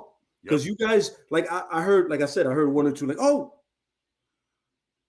back down to where you guys started when the show started. You know what I mean? I'm sorry, as you were saying too. I'm sorry. Just No, for real. And at like 9:15, I remember I did this. I looked at the clock. I said, "Fuck, how are we gonna survive another hour of this shit?" Like, my wife can't. Like, I want, like, it was around that time. It was like 9:30. And I was like, I'll be right back. And I was like, literally was like putting the kids to bed, because I was like, I know my wife could do it, but I was just like, fuck it, let me just do it, because I needed to like get up and like, I was like, wake up. Yeah. It's so bad. So I have a ticket for Monday Night Raw for this Monday, right? And I literally like put it online. I was like, hey, does anybody like want this ticket? And everybody said no. They was like, nah, I'm good. No, I'm good. Yeah. No, I'm good. And mind you, I was selling the ticket under face value. Like I wasn't even asking for the full amount. Jesus. Okay, so here's the thing, right? Like we spoke about it earlier, right? Do you remember back in the days when it would be Survivor Series season? Yes. Right? The SummerSlam, WrestleMania, right? The big four, right? Mm-hmm. Yep. I was telling Toe, right, that like we're gonna do the Friendsgiving thing, right? I'm like, yo, there's something I like want to talk about or like predict there, but I don't know what it is. And then he said it. He goes, "Oh, Survivor Series." I go, "Shit, he's right." I completely forgot about it because two things: it doesn't matter, Nope. and then you promote it. Oh, you don't promote it at all. You wait 2 weeks before it happens to start actually fucking naming matches. And then you the matches you make are ass because you just drafted everybody. Good call. Look at the and whole. You just like, but what's the stakes in this? Look at the whole women's Raw team. Mm-hmm. They were all on SmackDown 2 weeks ago. About a month ago, they were all on SmackDown trying to freaking fight Bianca Belair and Becky Lynch back and forth to try and get the title. The same thing for the Raw team. If it wasn't for Bobby Lashley, there would be no one from Raw on the Raw team. Look. And you want me to give a shit when you don't give a shit. Yeah. No. Yeah. So since we're talking about Survivor Series, Kenny, I was watching your show with the Dirty Heels. The Dirty Heels. Yeah. And one of them said that he thinks that the mystery tag partner is gonna be Brock. Yes. And not for nothing, I don't see that happening. But I think that would be a crazy thing to finally have Brock Lesnar and Bobby Lashley in the ring together. That's what, and you know what? And I would love to see that. I would love to see those two go at it. You know what I mean? Supposedly Brock Lesnar is going to be on SmackDown tomorrow. So I don't know. He said he's getting a ticket and he's going to be ringside. So there's either two things. He either is on Team SmackDown and we finally get to see Brock versus Bobby, or we're going to see Roman Reigns lose on Sunday because Brock Lesnar is going to interfere somehow, some way, cost him the match, and that's going to be it. Like, but I feel like Brock Lesnar is going to be there. Like, I'm more confident in Brock Lesnar being there at Survivor Series than The Rock being there at all. And that was the whole reason why I got a ticket to Survivor Series was to see if The Rock was going to show up, because like that's like one of my favorite people's to see, even if he's just far away, he's not wrestling. Like I still want to be like, oh my God, The Rock is here. Like, you know what I mean? Yeah, I hear you. You want to be electrified. Exactly. One of the biggest moments of the year. Well, yeah, one of the biggest moments of the year. Like I was there for Punk's, return, first pay-per-view. Got to see Adam Cole debut, come out, Brian Danielson, come out and stuff like that. So it'll be nice, 25-year anniversary, see The Rock, give me that feeling back. I was through COVID era all this time, and you're teasing me with all this stuff. Yep. We got to see Grand Slam, which was amazing. Got to see that live. And I'm AEW is they spoiled me a little bit. Yeah, and the crazy shit is they're not doing anything that's fucking like out of this world, fucking spectacular. They're just letting these wrestlers be them. Mm-hmm. And if it catches on, it catches on. If it doesn't, it doesn't. Fuck it, but try it. Absolutely. Yeah. Like they're literally living by what's the worst that can happen. Yeah, it's like if we fuck up, we fuck up. Like, all right. Yeah. No, I agree. What did Tony Khan's father say? He goes, "Hey, if you blow the money now, at least I get to see it." Yeah, right. Like that's the only reason why we have AEW. It's not because of Tony Khan, because it wasn't his money. It's because of his dad. Because his dad said, "Well, you know what? It's gonna go to you and your brother, and your sister regardless. You know what I mean? So I might as well just give it to you now. You know, rather than when I'm dead and you just be like, okay, well now Dad's gone, I could just fucking Tony Montana this shit, put a bunch of coke on the table and snort the motherfucker. Because that's what's gonna happen to Nick Khan. I'm sorry, he's gonna get fired from WWE. They're gonna sell the company. They're gonna let him go. You know, they're gonna most likely sell it to Disney, and then that'll be it. Yeah, agreed. I can see that. Yo, how do you feel about they mentioned Shawn Michaels and Triple H buying Ring of Honor? How do you feel about that idea? I would love that idea. Just the simple fact is like they have that mind frame of what the fans actually want, and they gave it to us in NXT. You know what I mean? So like, if they was to come together and actually buy the company, like, then that would be great. Because even before when they were saying, you know, like that Triple H and Stephanie should like be the ones to run the company, what happened like a couple of months after that when they just that build kept going. All of a sudden Shane McMahon comes out of nowhere, he comes back, and then he stood for a while, and then he started wrestling, and then he couldn't take it no more, and then he leaves. You know what I mean? But who's still there? Triple H. And then they're like, okay, well, your son-in-law most likely when you die is gonna take over. He's like, oh, your son-in-law's brand of what he's doing is way better than your two top shows. Okay, you know what? No problem. I'll take care of that. Hey, listen, I'm gonna handle all the top guys in NXT, and you can handle all the mid card guys in NXT. But wait a minute, but they're all top stars. Oh, so I guess you know you're not gonna do anything then. It's okay. Get Johnny Ace in here. Me and Bruce will take over, and that's great. Yeah, and again, he's not doing nothing out of this world. He's just letting them be them. Mm-hmm. Letting them be them. These people have personalities. Yeah. Oh, real quick, I watched Dynamite earlier today, and Bobby Fish cut that promo, and he was like, and that's and the Young Bucks cut him. Was like, nah, you can't do that here. You can't do that. He was about to do that. It's undisputed, and he even did it. He was like, yeah, I can't do that. No. That was kind of dope. But then but that goes into the whole being the elite thing, where like they play off of that stuff. You know, and Tony said it over the weekend. He was just like, you know, I watch, you know, being the elite, and I get ideas from them to put into other storylines, you know, in like Dynamite and Rampage.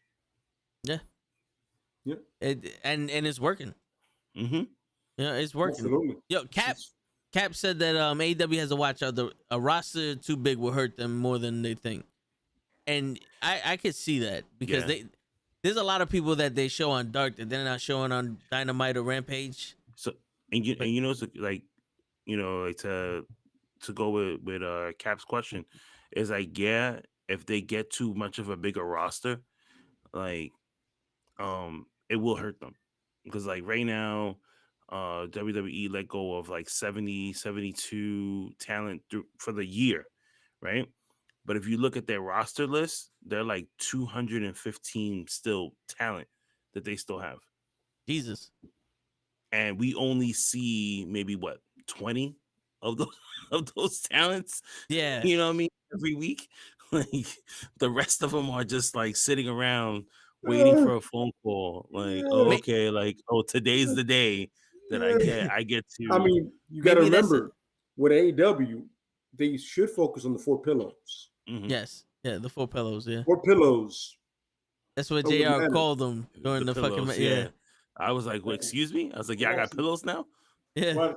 4 of these. Oh, I didn't know MJF was in your house. Yeah. Hey, look, it's Darby. But yeah, maybe that's where the budget cut comes in. They don't have to order so much for catering. But you know how, I give it to AEW, because what they do is that they don't fire people, because they don't want to be the WWE type to be like, hey, we let you go, right? What they do is that they give you a contract, depending on what it is. They call it like a level 1. So a level 1 contract is like the guys you see on Elevation and Dark, right? Level 2 is the people that you see on Dynamite and Rampage, right? So once your contract is up, they can either renew it or they could just say, okay, well, thank you. And that's exactly what they've been doing for the last couple of months, is just signing people to a level 1 and then just saying, okay, well, your contract is up. I'll see you later. Thank you. Yeah, thanks for being here. You know what I mean? So it doesn't make them look like a bad guy, because now all these people will go and say like, oh yeah, I was signed to AEW, but my contract ran out and I went somewhere else. Yep. Yeah. So they don't look like the bad person. And it sucks because you do the whole you got the non-compete clause.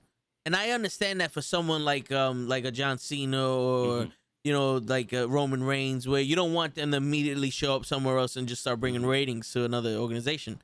But for like Malachi Black, John Morrison, Karrion Kross, people that we see, but you don't do nothing with, you don't give a shit about them. What's the point?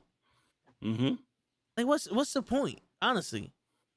Because I understand why they cut John Morrison, but then again, I don't understand why they cut him. Like, you bring him back just for The Miz? Yeah, Like, he was supposed to be somebody a lot different when he came back. He even said it, and then The Miz needed help, so he just came back as the same fucking guy from 2005. And now look, Well, the Miz team that didn't help. The Miz went to Dancing with the Stars right now, and he's in Europe, fucking miserable right now because his wife is here in the States, and she's like trying to get all her stuff back to wherever they live. Damn fucking people. And later, answer your question. Nah, when he was Johnny Drip Drip, it helped until Seth Rollins became Seth Drip Drip, Seth Drippy. My man just took his name right from under him. It's like, damn. I don't think that's for under him. I think he literally just said, "Fuck you." Yeah. I have more stroke here. Yeah. And now my man is a meditating motherfucker. Well, now he's unemployed. No, yeah. He got plenty of time to meditate now. Who Morrison. Yeah, he's still with the company. No. He was one of them released. They released a couple of people, bro. They just released some people. You didn't hear about that? No. Hit Row is gone. The whole entire Hit Row? The entire Hit Row is gone. Hold on. Are you serious? Yeah, John Morrison is gone. Drake Maverick is gone. Oh my God, I'm looking at this right now. Yeah, 8 people are gone. Tegan Knox is gone. Tegan Knox. Slapjack. Drake Maverick, he finally ended up leaving. Wow. But Yeah. you know what? I was busy doing other things, so I really didn't see this. Because if not, I would have like. Oh my God. Yeah, our friends at the Turnbuckle Tavern, they came in during the podcast while we were talking, and they came in with So Johnny Morrison, Top Dollar, Isaiah Swerve Scott, I guess him and his wife now they're gone. Shane Thorne, thank God Shane Thorne fucking got released. Holy shit. Thank you, Lord. If this man can go back to being what he was and being fucking dominant. Jesus Christ. Drake Maverick, man, I feel sorry for him just to get released. And Isaiah Swerve Scott, he's going to be good. I can see him going to Impact Wrestling and fucking killing it there. Tegan Knox, I feel bad for her because she has those 2 knee injuries. You know what I mean? Yeah. And she like literally like was trying to battle herself back. It's 3 days away from her birthday. That's right, motherfuckers. And you use Johnny Morrison throughout the whole time in the European tour, and then you let him, motherfuckers. Jesus Christ. Yeah. That's fucking crazy, bro.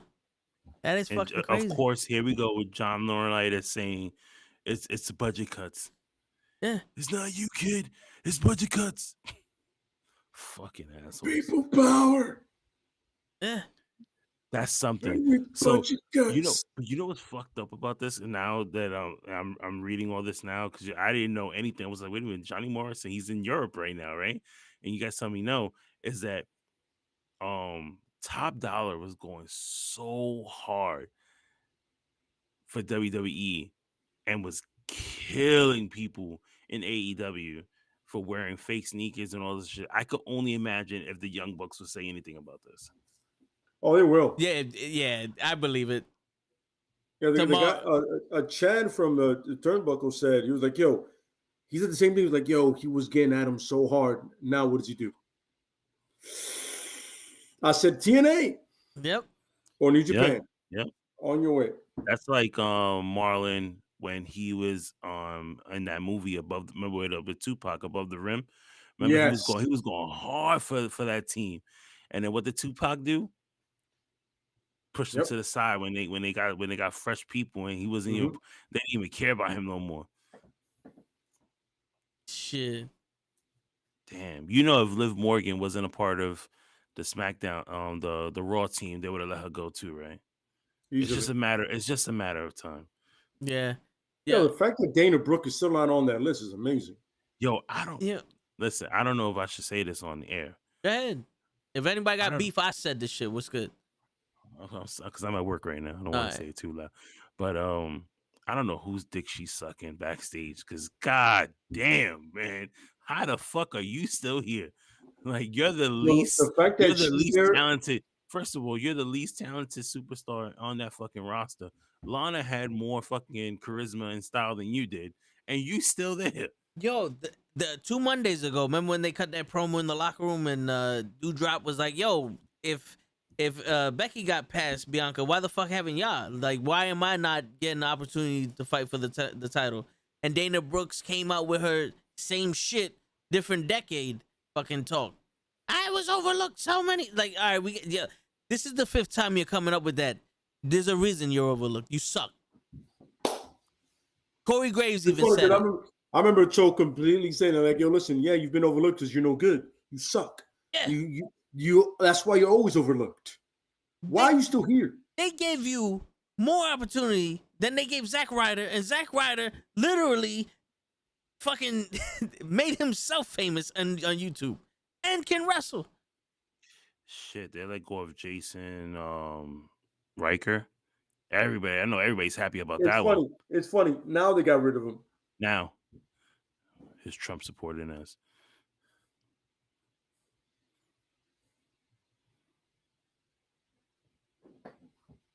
I don't. She looked like Redfish from the Mario game. Oh shit, with them big ass lips. Yeah, man. Damn, son. but yeah, I mean, listen. Well, I'm not even gonna say that. Fuck that, man. You kiss my dick. Yo, she's not making the best out of any opportunity they give her to be in that ring. And she was like, people backed her in the beginning. It was like, yo, give people a shot. She begged for one and like, give her a shot.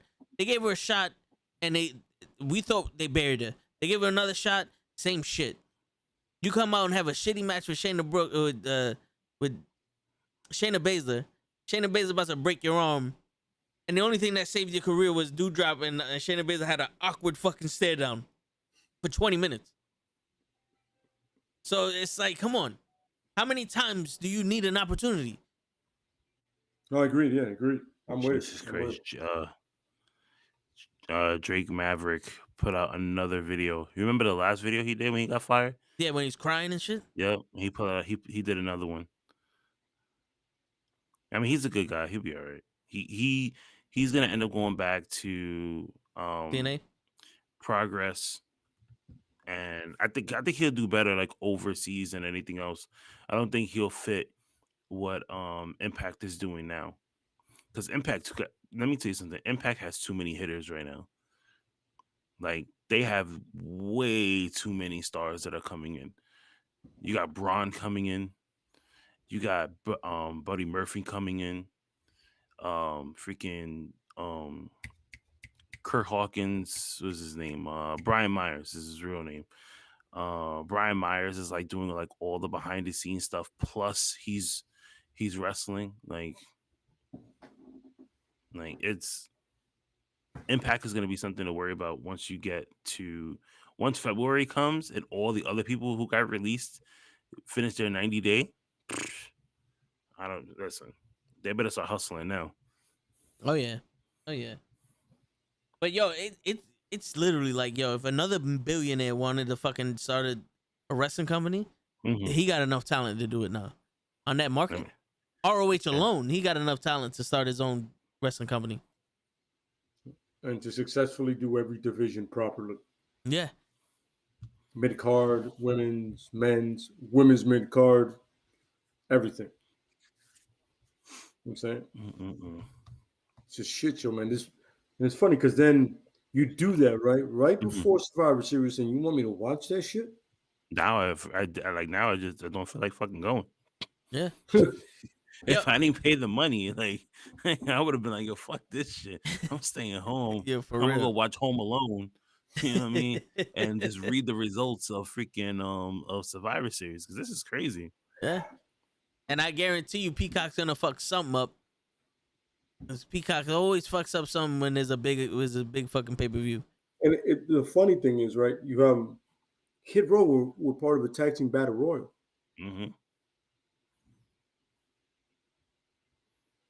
What do you bring up, MSK or something? That's what they're gonna end up doing. They're probably gonna bring up MSK next after Survivor Series, and then mess them up too. Because they don't know that one of them is black. And then they're gonna end up going back to freaking Impact Wrestling. And shit, man. But yo, Kenny, going to AEW. I know you wanted to say something about Daniel Bryan's promo with cowboy shit. That shit was trash. Like I did not like that promo at all. It felt so like mid to me. Like it's just like the match he had with Miro on Full Gear. Yeah. It was okay. It was more WWE type of a match to me than anything else. Yeah. Like the match he had with Evil Uno right after he cut that promo with he did that segment with Dark Order and Hangman Adam Page. Yeah. That was the Bryan Danielson that we've been seeing the last couple of weeks. That shit that he gave us on Saturday, I have no idea what that was. Yeah. That was straight WWE. I don't know who's hurt or who said I can't do what between him and Miro, but yeah, they need to get it together. That match, I was like, okay. That promo was like on Dynamite was all Daniel Bryan. That wasn't Bryan Danielson. That was Daniel Bryan. I thought he was gonna start talking about the environment and shit. I thought so too. And then the promo that he cut after the match, and he said like, I'm gonna kick everybody's ass from the Dark Order every week until I get to you. I was like, okay, this is a little better. Like this is showing your heel tactic. Bryan Danielson, American Dragon, when he like that I seen in the indies. You know what I mean? Like that's what everybody wants to see, not the other shit you just gave us a few minutes ago.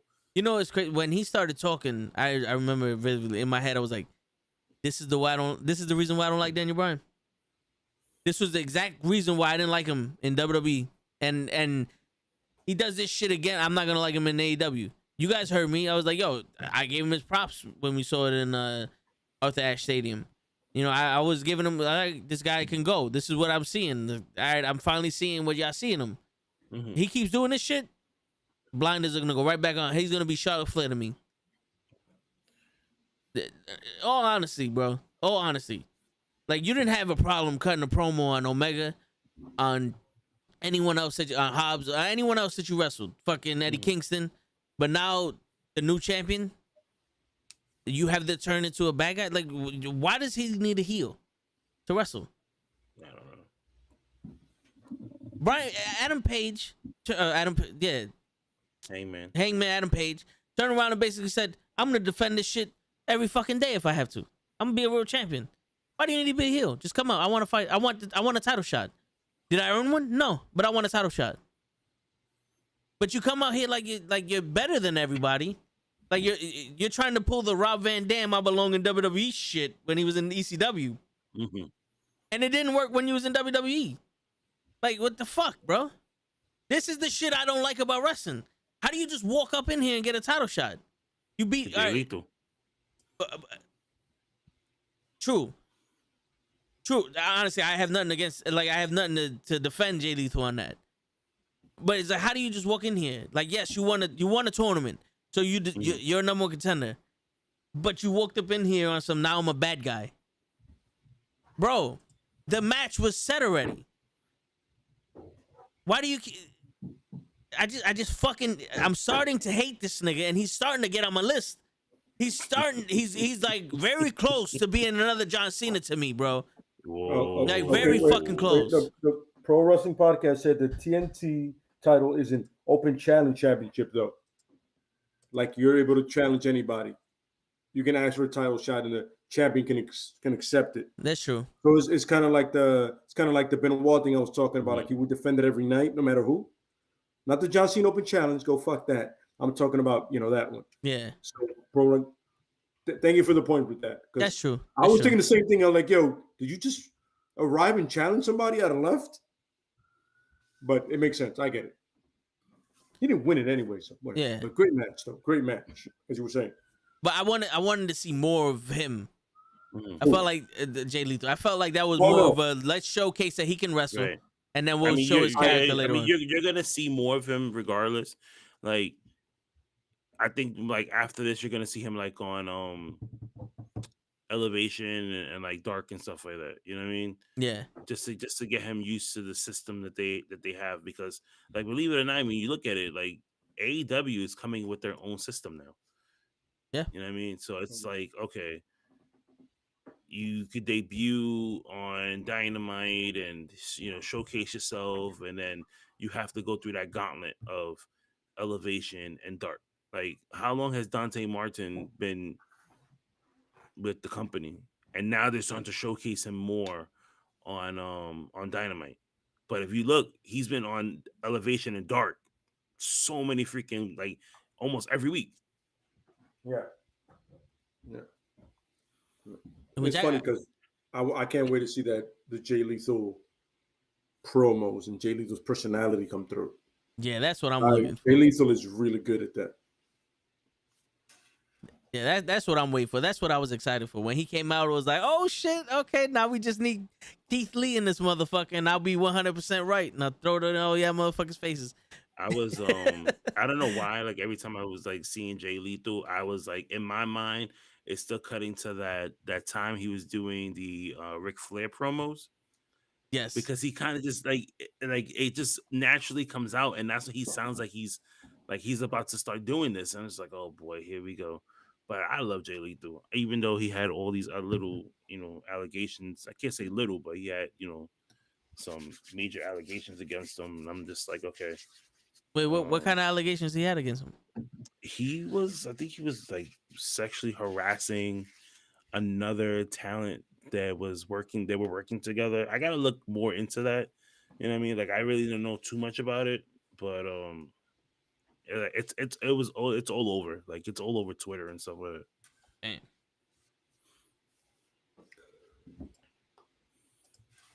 Damn. Shit. Yeah. So I guess we got to talk about Survivor Series. Well, how'd you guys feel about Full Gear, real quick? First and foremost, first match was unfair to everybody on that card. Those two guys came out and said, "Fuck all of you in the back, match us." And it was honestly, okay. Nobody, and honestly, like match wise, like actual wrestling wise, nobody did. Yeah, it's true. With all due respect to everybody on that card. It's a humble opinion of mine. Darby and MJF came out that night and said, "We're kicking doors down and waving all kinds of 4-4s." Yeah. And MJF was very creative, almost a little, like I said before, almost a little Canyon. Why? Like, creative with the moves. And then Darby, he doesn't care about his life, so that's awesome. Yeah. I mean, when he did that diving tackle that I saw, I right away thought of Bray Wyatt and his cross-body thing that he does. Because it was like eerily the same, but amazing match. Lucha Brothers, loved it. I felt like the women's match went a little too long, which is weird. Yeah. I felt the same way. I feel like it should have been cut down. Yeah, at least if not half, maybe 2/3 of that match should have been the length. The buy-in tag match.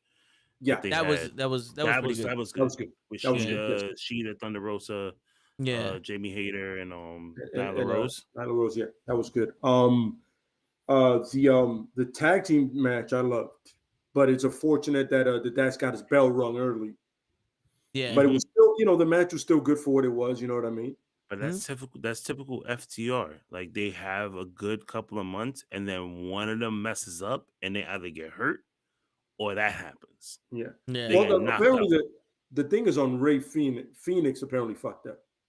They always listen. They always blame it. And then he didn't check on Dax in the back, so he got heat for that. Because Listen, they always blame the other talent for your fuck up. If you get hurt in WWE multiple times, this is not the first time he's being knocked out before. Okay, there's been other times when he was in WWE and in NXT where he got knocked out. So come on, is everybody you wrestle knocking you out? Do we need to check you? Do we got to give you a helmet? I mean, if we're breaking it down, you may be the problem. You're the nexus. All puns intended. By the way, all puns intended. John Cena reference. It's a lot of John Cena folks. Anyway, going back, Punk and Eddie was the emotional match. It was definitely the match that wasn't. It was all about emotions. You know what I'm saying? And the fact that Eddie didn't wait till the bell was perfect. Eddie was like, "Oh, fuck this, fuck a bell. I'm gonna throw hands anyway." I like that. I like that, but I felt like that match. All right, I'm gonna give it to you straight. Eddie Kingston, authentic wise, like when he's just coming off the cuff, amazing. He sold that match to me, like you said late last week, in 2 weeks. To me, that was the match I wanted to watch because it was personal. I like that personal shit. I'm with you. But in the match, it's almost like he's forcing it. When like even when he did on Dynamite, when he cut the promo with the other guys, the fucking young dudes that fought Punk or whatever fuck. That was Stark. No. That's name? No, the other guy. Shit. TPM 2.0. Oh, 2.0. 2.0. Yeah, 2.0. When he did that shit with them. Talking about that one dude. I forgot his name. What's his name? Danny Garcia. Him, Garcia. Yes. That's the one. When he did that shit with them, I was like, this feels forced. So it's not, but like he's hit or miss with me. The match with Punk, all the things that Punk was doing, I liked because it was like, all right, now here goes Punk letting loose. Like he's actually letting loose, and like we're seeing the shit that we wanted to see when he debuted. You know what? But so they cut that promo on Wednesday, right? But I would love to see Eddie Kingston versus Danny Garcia, because Danny Garcia, like he does like he's like an amateur wrestler, and he's done stuff in the indies where he's like showing his ability to wrestle, but he's a brawler too. He's just like Eddie Kingston. So if you take the gloves off, these two guys are gonna go at it. That's gonna make a really good storyline, even though Danny Garcia can't really cut a promo. That's like the only thing that's gonna like hurt him in this storyline. I mean, luckily for Danny, which is a good thing for Danny, which by the way, he's a great talent. I've seen some of his stuff like online. Talent. You're in the back with some of the best promo guys in the world, between Eddie and Punk by themselves, not even MJF or anybody else like that. Just them two guys are like, yo, listen, can I pick your brains? Can you help me out? Yeah. Because if that environment is the way I feel it is, and I've been reading about it is, then I'd talk to Matt Hardy for an hour about a promo. Yeah. And why not? The thing is, like, when you're cutting a promo with Eddie Kingston, this ain't no make-believe shit. Where Eddie Kingston's straight out, I don't like you, and I want to fuck you up. That's when you turn around into some, like a street dude with Eddie Kingston would have awesome promos. Because they'd be like, yo, I don't like you, I'm going to fuck you up. You ain't going to do shit. You know what I'm saying? Like, that would be the conversation that they have. I would love for Santana to have, like, his own thing, and him and Eddie would have that. Because Santana comes off like one of those dudes like, yo, listen, yo, my man, you from Yonkers? I'm from the Bronx, son. Right there. Yep. You got me. I'm sold. Yep. I'm sold. I'm already like, yo, come back to Authorized Stadium and handle that business, brother. Let's see that in front of all of us. You know what I mean? Yeah. I would love to, just because you know what it is, following Santana online and then knowing how he feels about because he still lives in the Bronx, by the way. He lives right on Grand Concourse. Yeah, I'm saying, yeah, you see what I'm saying? So knowing how he feels about where he's from and how Eddie feels about where he's from, I'm a man. You think about that, the promos between them and them just saying what they feel about each other. You know what I mean? Like, I looked up to you, son, but right now you're looking unfamiliar. Once I hear you looking unfamiliar, I'm going to go, you've lost everybody on the West Coast. And you got everybody in New York like, oh, he said unfamiliar. It's about to be on. So that's one of those things. Like, I would love to see Santana and him have something going on. You know what I mean? Oh, yeah. Because it would be authentically as New York as possible. Because they're both as hood as it gets. You know what I mean? Yeah. Yeah, and that to me, that's awesome. Like, if you had, two people just talking shit at each other, like the hood talks the most shit. You know what I'm saying? We grew up talking shit about each other. Like, yo, I love this nigga, but why you talking so much shit? That's how I show my love. I remember. Here's a fun story, right? Getting off of this, right? So we all went to a bar, right? And one of our friends bought somebody, right?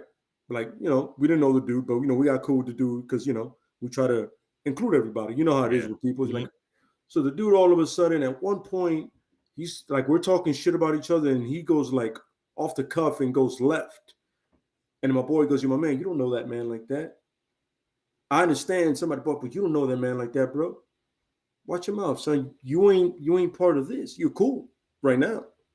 But you sound a little like it's a little offensive, bro. And he was like, well, I thought we're, you know what I'm saying? And I was like, yo, bro, if you just stop talking right now, you're good. You ever heard of just not talking? Yep. I go, no, I'm telling you because I'm part of this. And you're coming in, you know what I mean? Like, dude, you know what I'm saying? Like, I can at any point, I'll get at Krills. But the moment somebody comes out of the left, they'll be like, yo, you out of pocket, son. You don't know the man like I do. Yeah. I've earned this right. You need to stop right now. So that's exactly it. You know what I mean? And I feel like between them two, because, we know the stories behind both the guys, it would be dope to see that interaction. Mm-hmm. And I want to see that somewhere down the line.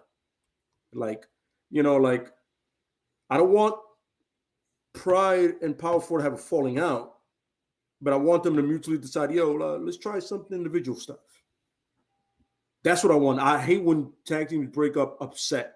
I love to see them go, you know what, bro?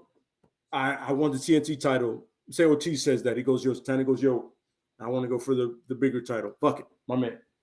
Yeah. And then if you need me, brother, I got you. If I need you, we're good. We're family. You know what I mean?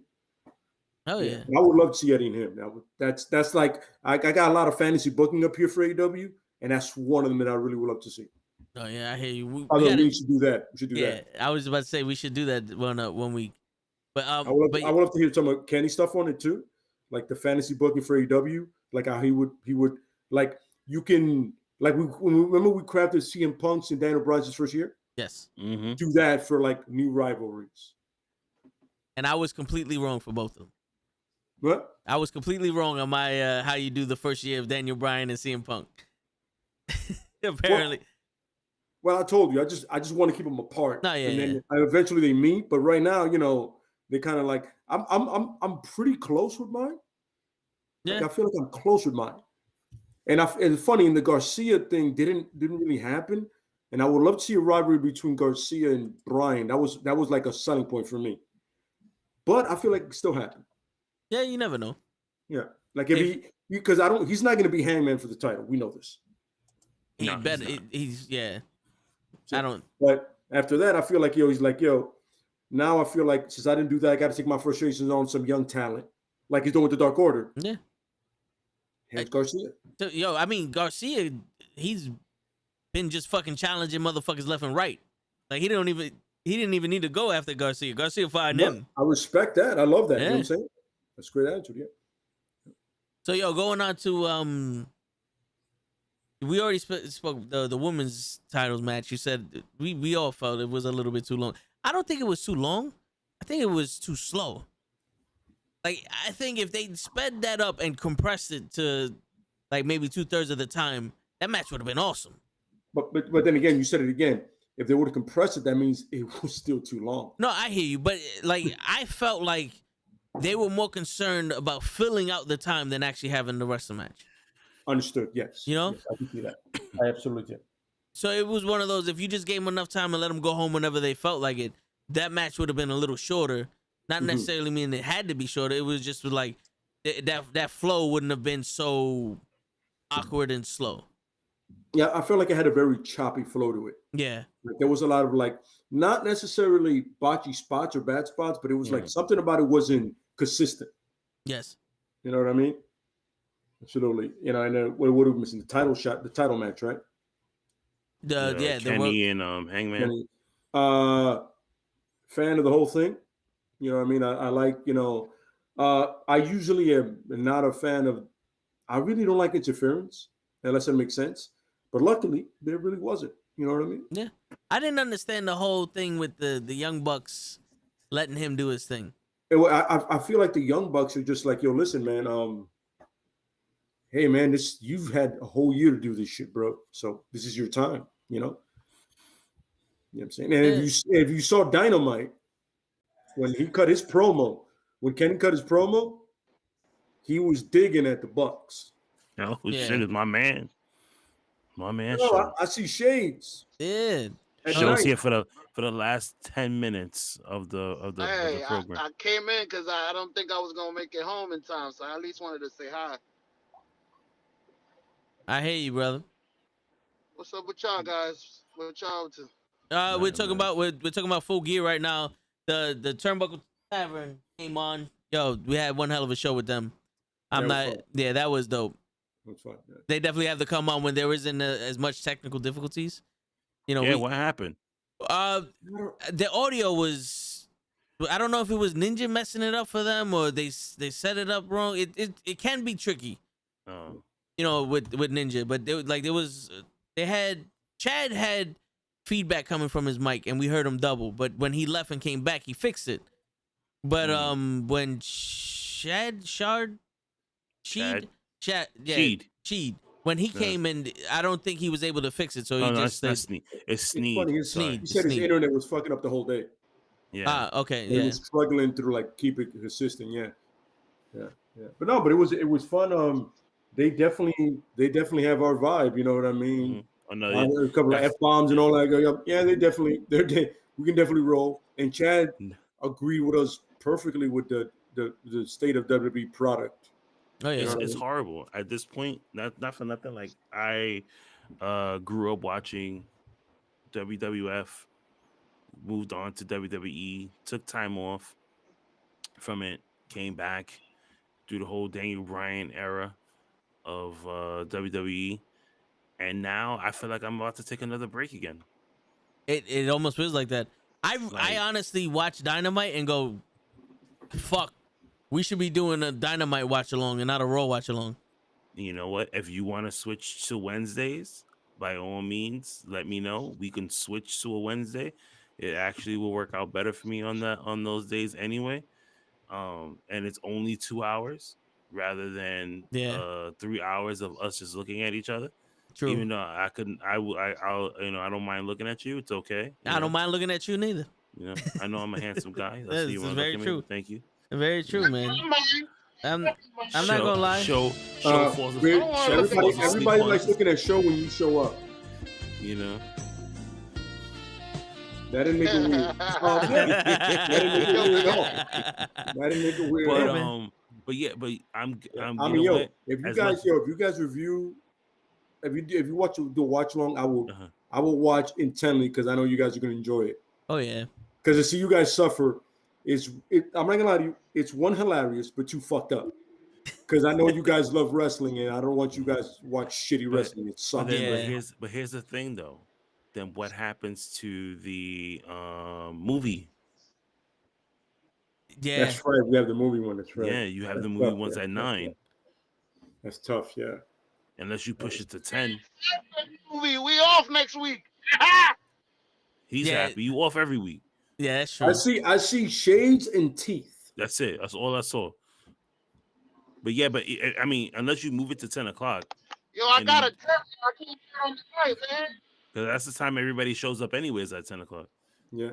I mean, mostly. Mostly show. Pro Wrestling Podcast said do the movies on Monday.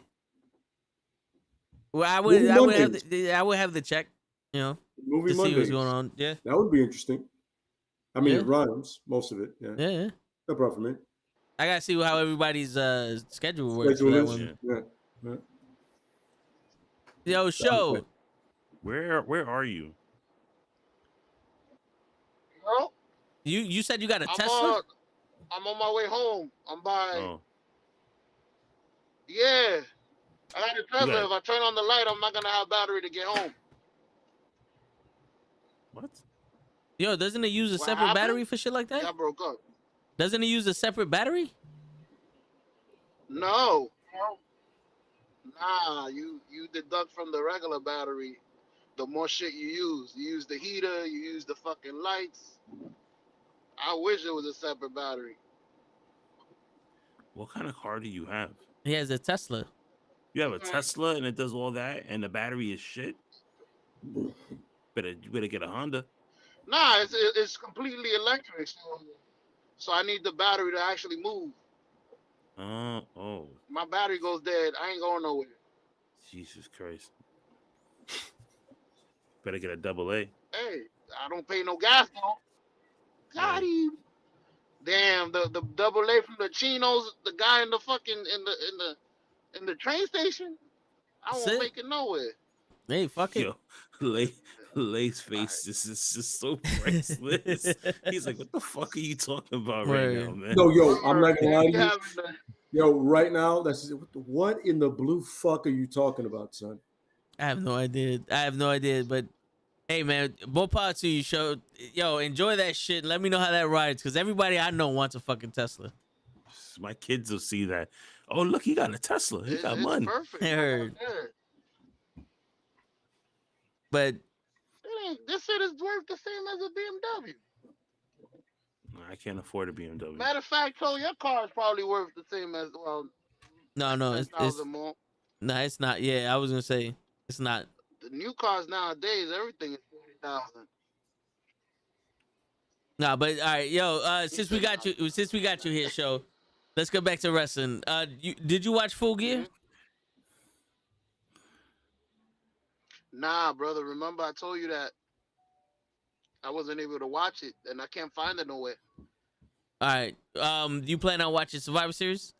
I'll send you the link. Show so you can watch it. Hell yeah. What appreciate you. Yo, I feel like I'm a little delayed because I see you waiting. I feel it's all right. It's all good. It's all good. What's your predictions for Survivor Series? I mean, trash. Yeah, usually I say pain, but yeah, that's true. I mean, Kenny, that sounded really personal. Yo, it did. It is. Yo, I heard trash. In my mind, listen, that sounded mad personal. I'm not even gonna lie. When you guys told me that these people just got released right now, was on my phone thinking to myself, yo, who can I sell my ticket to? Yo, show they released 8 more people in WWE. He's on mute. Yeah, you're muted, show. But yo, Kenny, are you in like the other part of the country? In case y'all hear what are you talking about? Yo, it looked like there's sunlight on you, bro. No. It's the light from the desk. Oh, I was about to say, yo, bro, like you leaned forward. Kenny. I was like, yo, it's 7 o'clock in the morning. My man sees the sunset over here and shit. Nah, so I could get some type of light. If I don't move, if there's no movement, the lights shut off. Oh, motion sensor. Mm-hmm. Oh, yeah, Got it. That's dope, though. I feel like. By the way, show got to tell you something, bro. Not related to this. I had somebody for the first time watch the podcast. Right, they happen to watch us watching you watch the movie. They don't believe you're a real person. Mm-hmm. Yo, I got something to say about that too. My boy's like, yo, he can't be real. I'm not lying to you, brother. You're like, yo, he like Jimmy goes, yo, is he real? And I was like, yeah, show, yeah, man. Yo, we have all the podcasts. And he goes, no. Is he reading a script or is that's how he is? I go, no, that's sure. That's exactly how show is. I can contest to that. Yeah, I was like, yo, I spent 10 minutes like, yo, that's no, dude, we don't have scripts, bro. You see the way I talk? You know, I'm sorry, go ahead. I should I don't know if I should thank you guys or like curse you guys out, but you guys said something yesterday and it made me go and do like a search, right? And I don't know if when I tell you guys what I did, you guys are gonna laugh. Yeah. So I forgot who was it. I think it was Lay that said, I don't know if it was Cap or Lay that said it, but there's actual streams of people sleeping. Like people are watching other people sleep. Krills. Okay, so Krill said that. Okay, so I'm like, what? So I literally just I paused the video because I ended up watching the episode when you guys were already off the air. So I went and I typed it in and I was like, sleeping streams? Yo, oh my God. Yo, I laughed my ass off. So this guy like streamed himself sleeping and people could wake him up, but you had to donate donate money and little things will go off in his house. He had music playing. Yep. There was one time I think somebody donated like $20 and it sounded like the FBI was like banging on his door and he had speakers around his bed connected to these different devices and they were on like super loud. Yo, that shit was so funny. I sat here for 2 hours watching that shit. Wow. I'm about to do that shit, man. Yo, damn, show just done to fuck it. I'm out. Fuck this shit, I'm out. Word. Well, we ain't got a few more minutes anyway. Everybody has a fetish, brother. Everybody's fetish. But I feel like I really, you know what's funny? I got a lot to say about these Survivor Series, but I just want to get the predictions out. And I'll snippet my stuff. Because yo, Lay, to be honest with you, the predictions don't fucking matter because it's they're all gonna be gone next week anyway. It's stupid matches anyway, and we know Roman's not fucking. No titles are on the line, so the predictions of these shits mean nothing. Get ahead, Lay. You got the floor. Oh wait, I don't know other matches, but the women's match.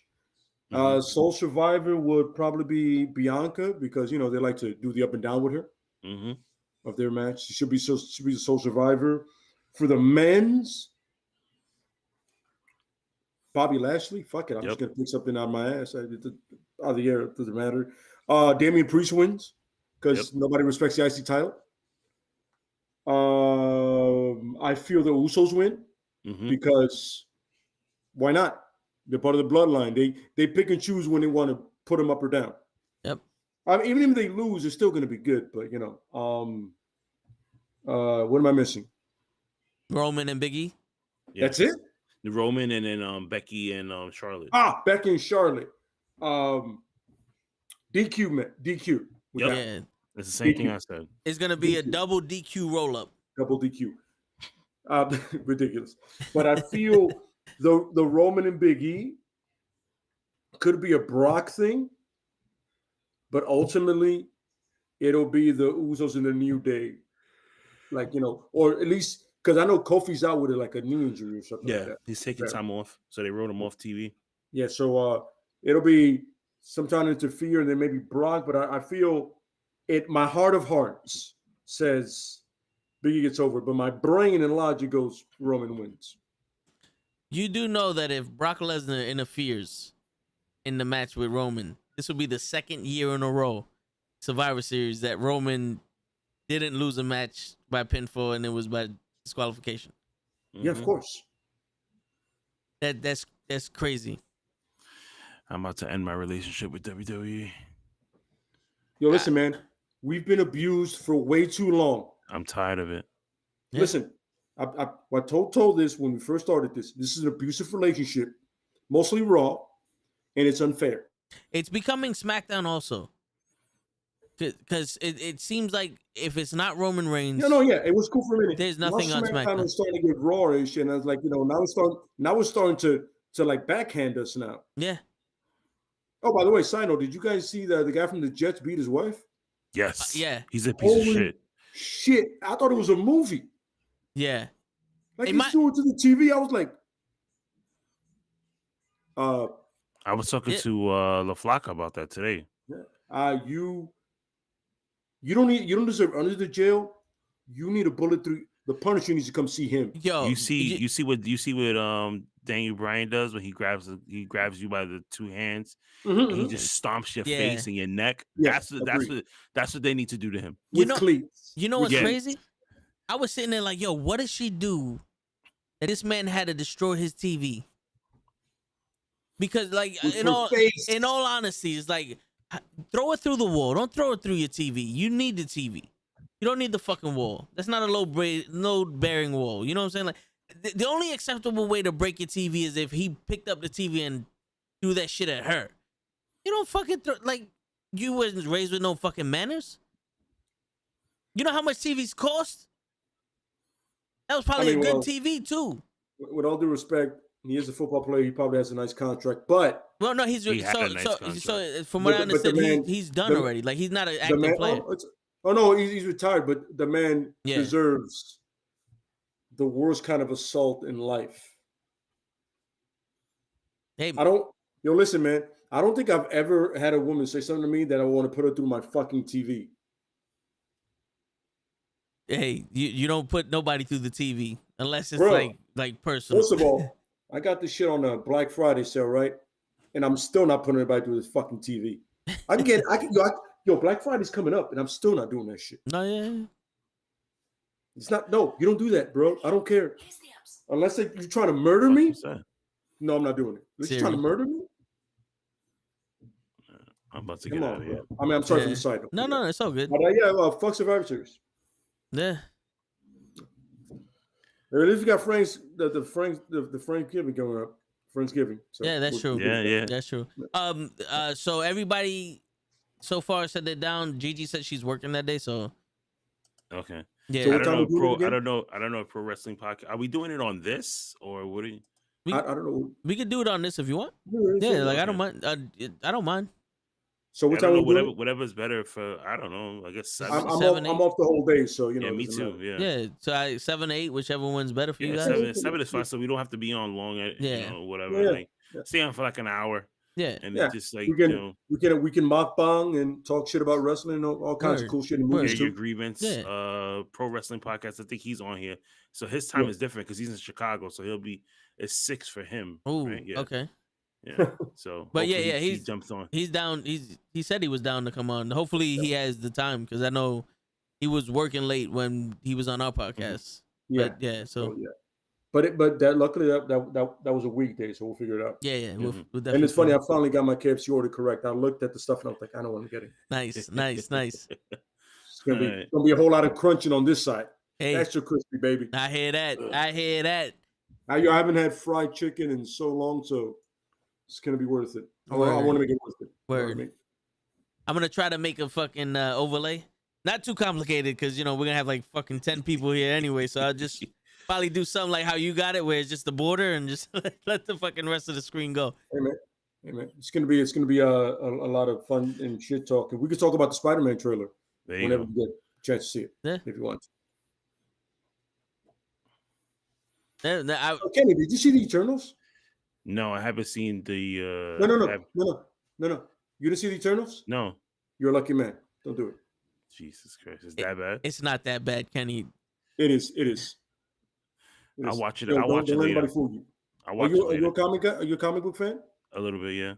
Depending on the hero, the comic, the series. You know what? Now that I think about it, not a lot of people really know about it. So yeah, give it a watch. It'll be entertaining.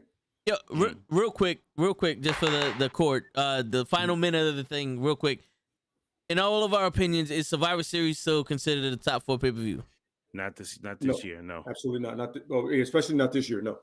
All right, yeah, it's becoming one of the mediocre pay-per-views. Yeah, because it's not being. First of all, it's it's only one actual Survivor Series match. Yeah. Now, like, it's 1 or 2. Back in the days, you used to have it was literally about 4 or 5 of those matches, and then maybe an IC title and the heavyweight title gets defended, maybe. Yeah. But now it's like brand supremacy. It's bragging rights. Mm-hmm. But it's stupid because when it was a cup, yeah, that was the dumbest shit I've ever seen. Yo, if you think what happened to the cup? They shoved it up somebody's ass. If you think about it, Survivor Series is awesome to continue storylines without having any repercussion for champions. Because imagine Roman Reigns in the Bloodline going up against the New Day. What? The Hurt Business going up against whatever fucking team, the Street Profits. That's what we were gonna get. What? But nope. You make all these fractions to do nothing with them.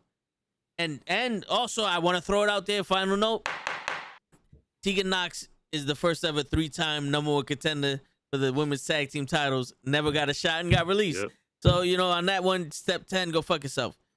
It's bragging rights, but it's stupid. That's quote of the night. Here's a fun fact, right? So you have the Bloodline versus the New Day, right? Which should have happened. So what do? You don't have to make it a traditional 5-man, right? You grab for New Day, you grab one guy from the Street Profit. We know who that guy is. Yep. And then for the Bloodline, you bring up Sequoia. Mm-hmm. He is blood. Makes sense. He's there for one night. He could be the first elimination. It doesn't matter, but it makes sense because it's still Bloodline. Yep. There you go. There you go. All right. I literally just wrote you an awesome Survivor Series where the title has nothing to do with it. Yeah. How dare I do some stupid shit like that? Word. And and on that note, it's your friendly neighborhood knuckleheads with DaCallUp. Kenny, my man, appreciate you being here. Turnbuckle Tavern, appreciate y'all being here. Show, he was here for 5 minutes. Everybody in the chat, Pro Wrestling Podcast, appreciate you participating. Everybody else that showed up, Kenny can't see you, but I can see y'all. Y'all have a good night. It's your friendly neighborhood knuckleheads signing out. Peace. Have a good one. Yep. Jesus Christ! Now I gotta make a video about the releases. Yeah, man. I thought you knew about that. I didn't know about that until now. You know what's funny? When I don't see that because I got you on the alert thing, like when you post something. Yeah. Because you're like between you and the Pro Wrestling Podcast, those are my alerts. Like I know when shit's happened because YouTube. Yeah. Yes. And I'm like, I didn't see it. I was like, so Kenny doesn't know. No, I didn't. Because I know when she drops, I'm like, oh shit. So you know what I'm saying? What's crazy about it is, so like when you guys were talking to me about it, I looked at my phone. I had 10 DM messages, all from Instagram, and people were like, "Yo, did you not see the releases? Like, are you not gonna talk about the releases right now?" So later on, probably because I'm indoors anyways, later today I'll record something and just throw it out there.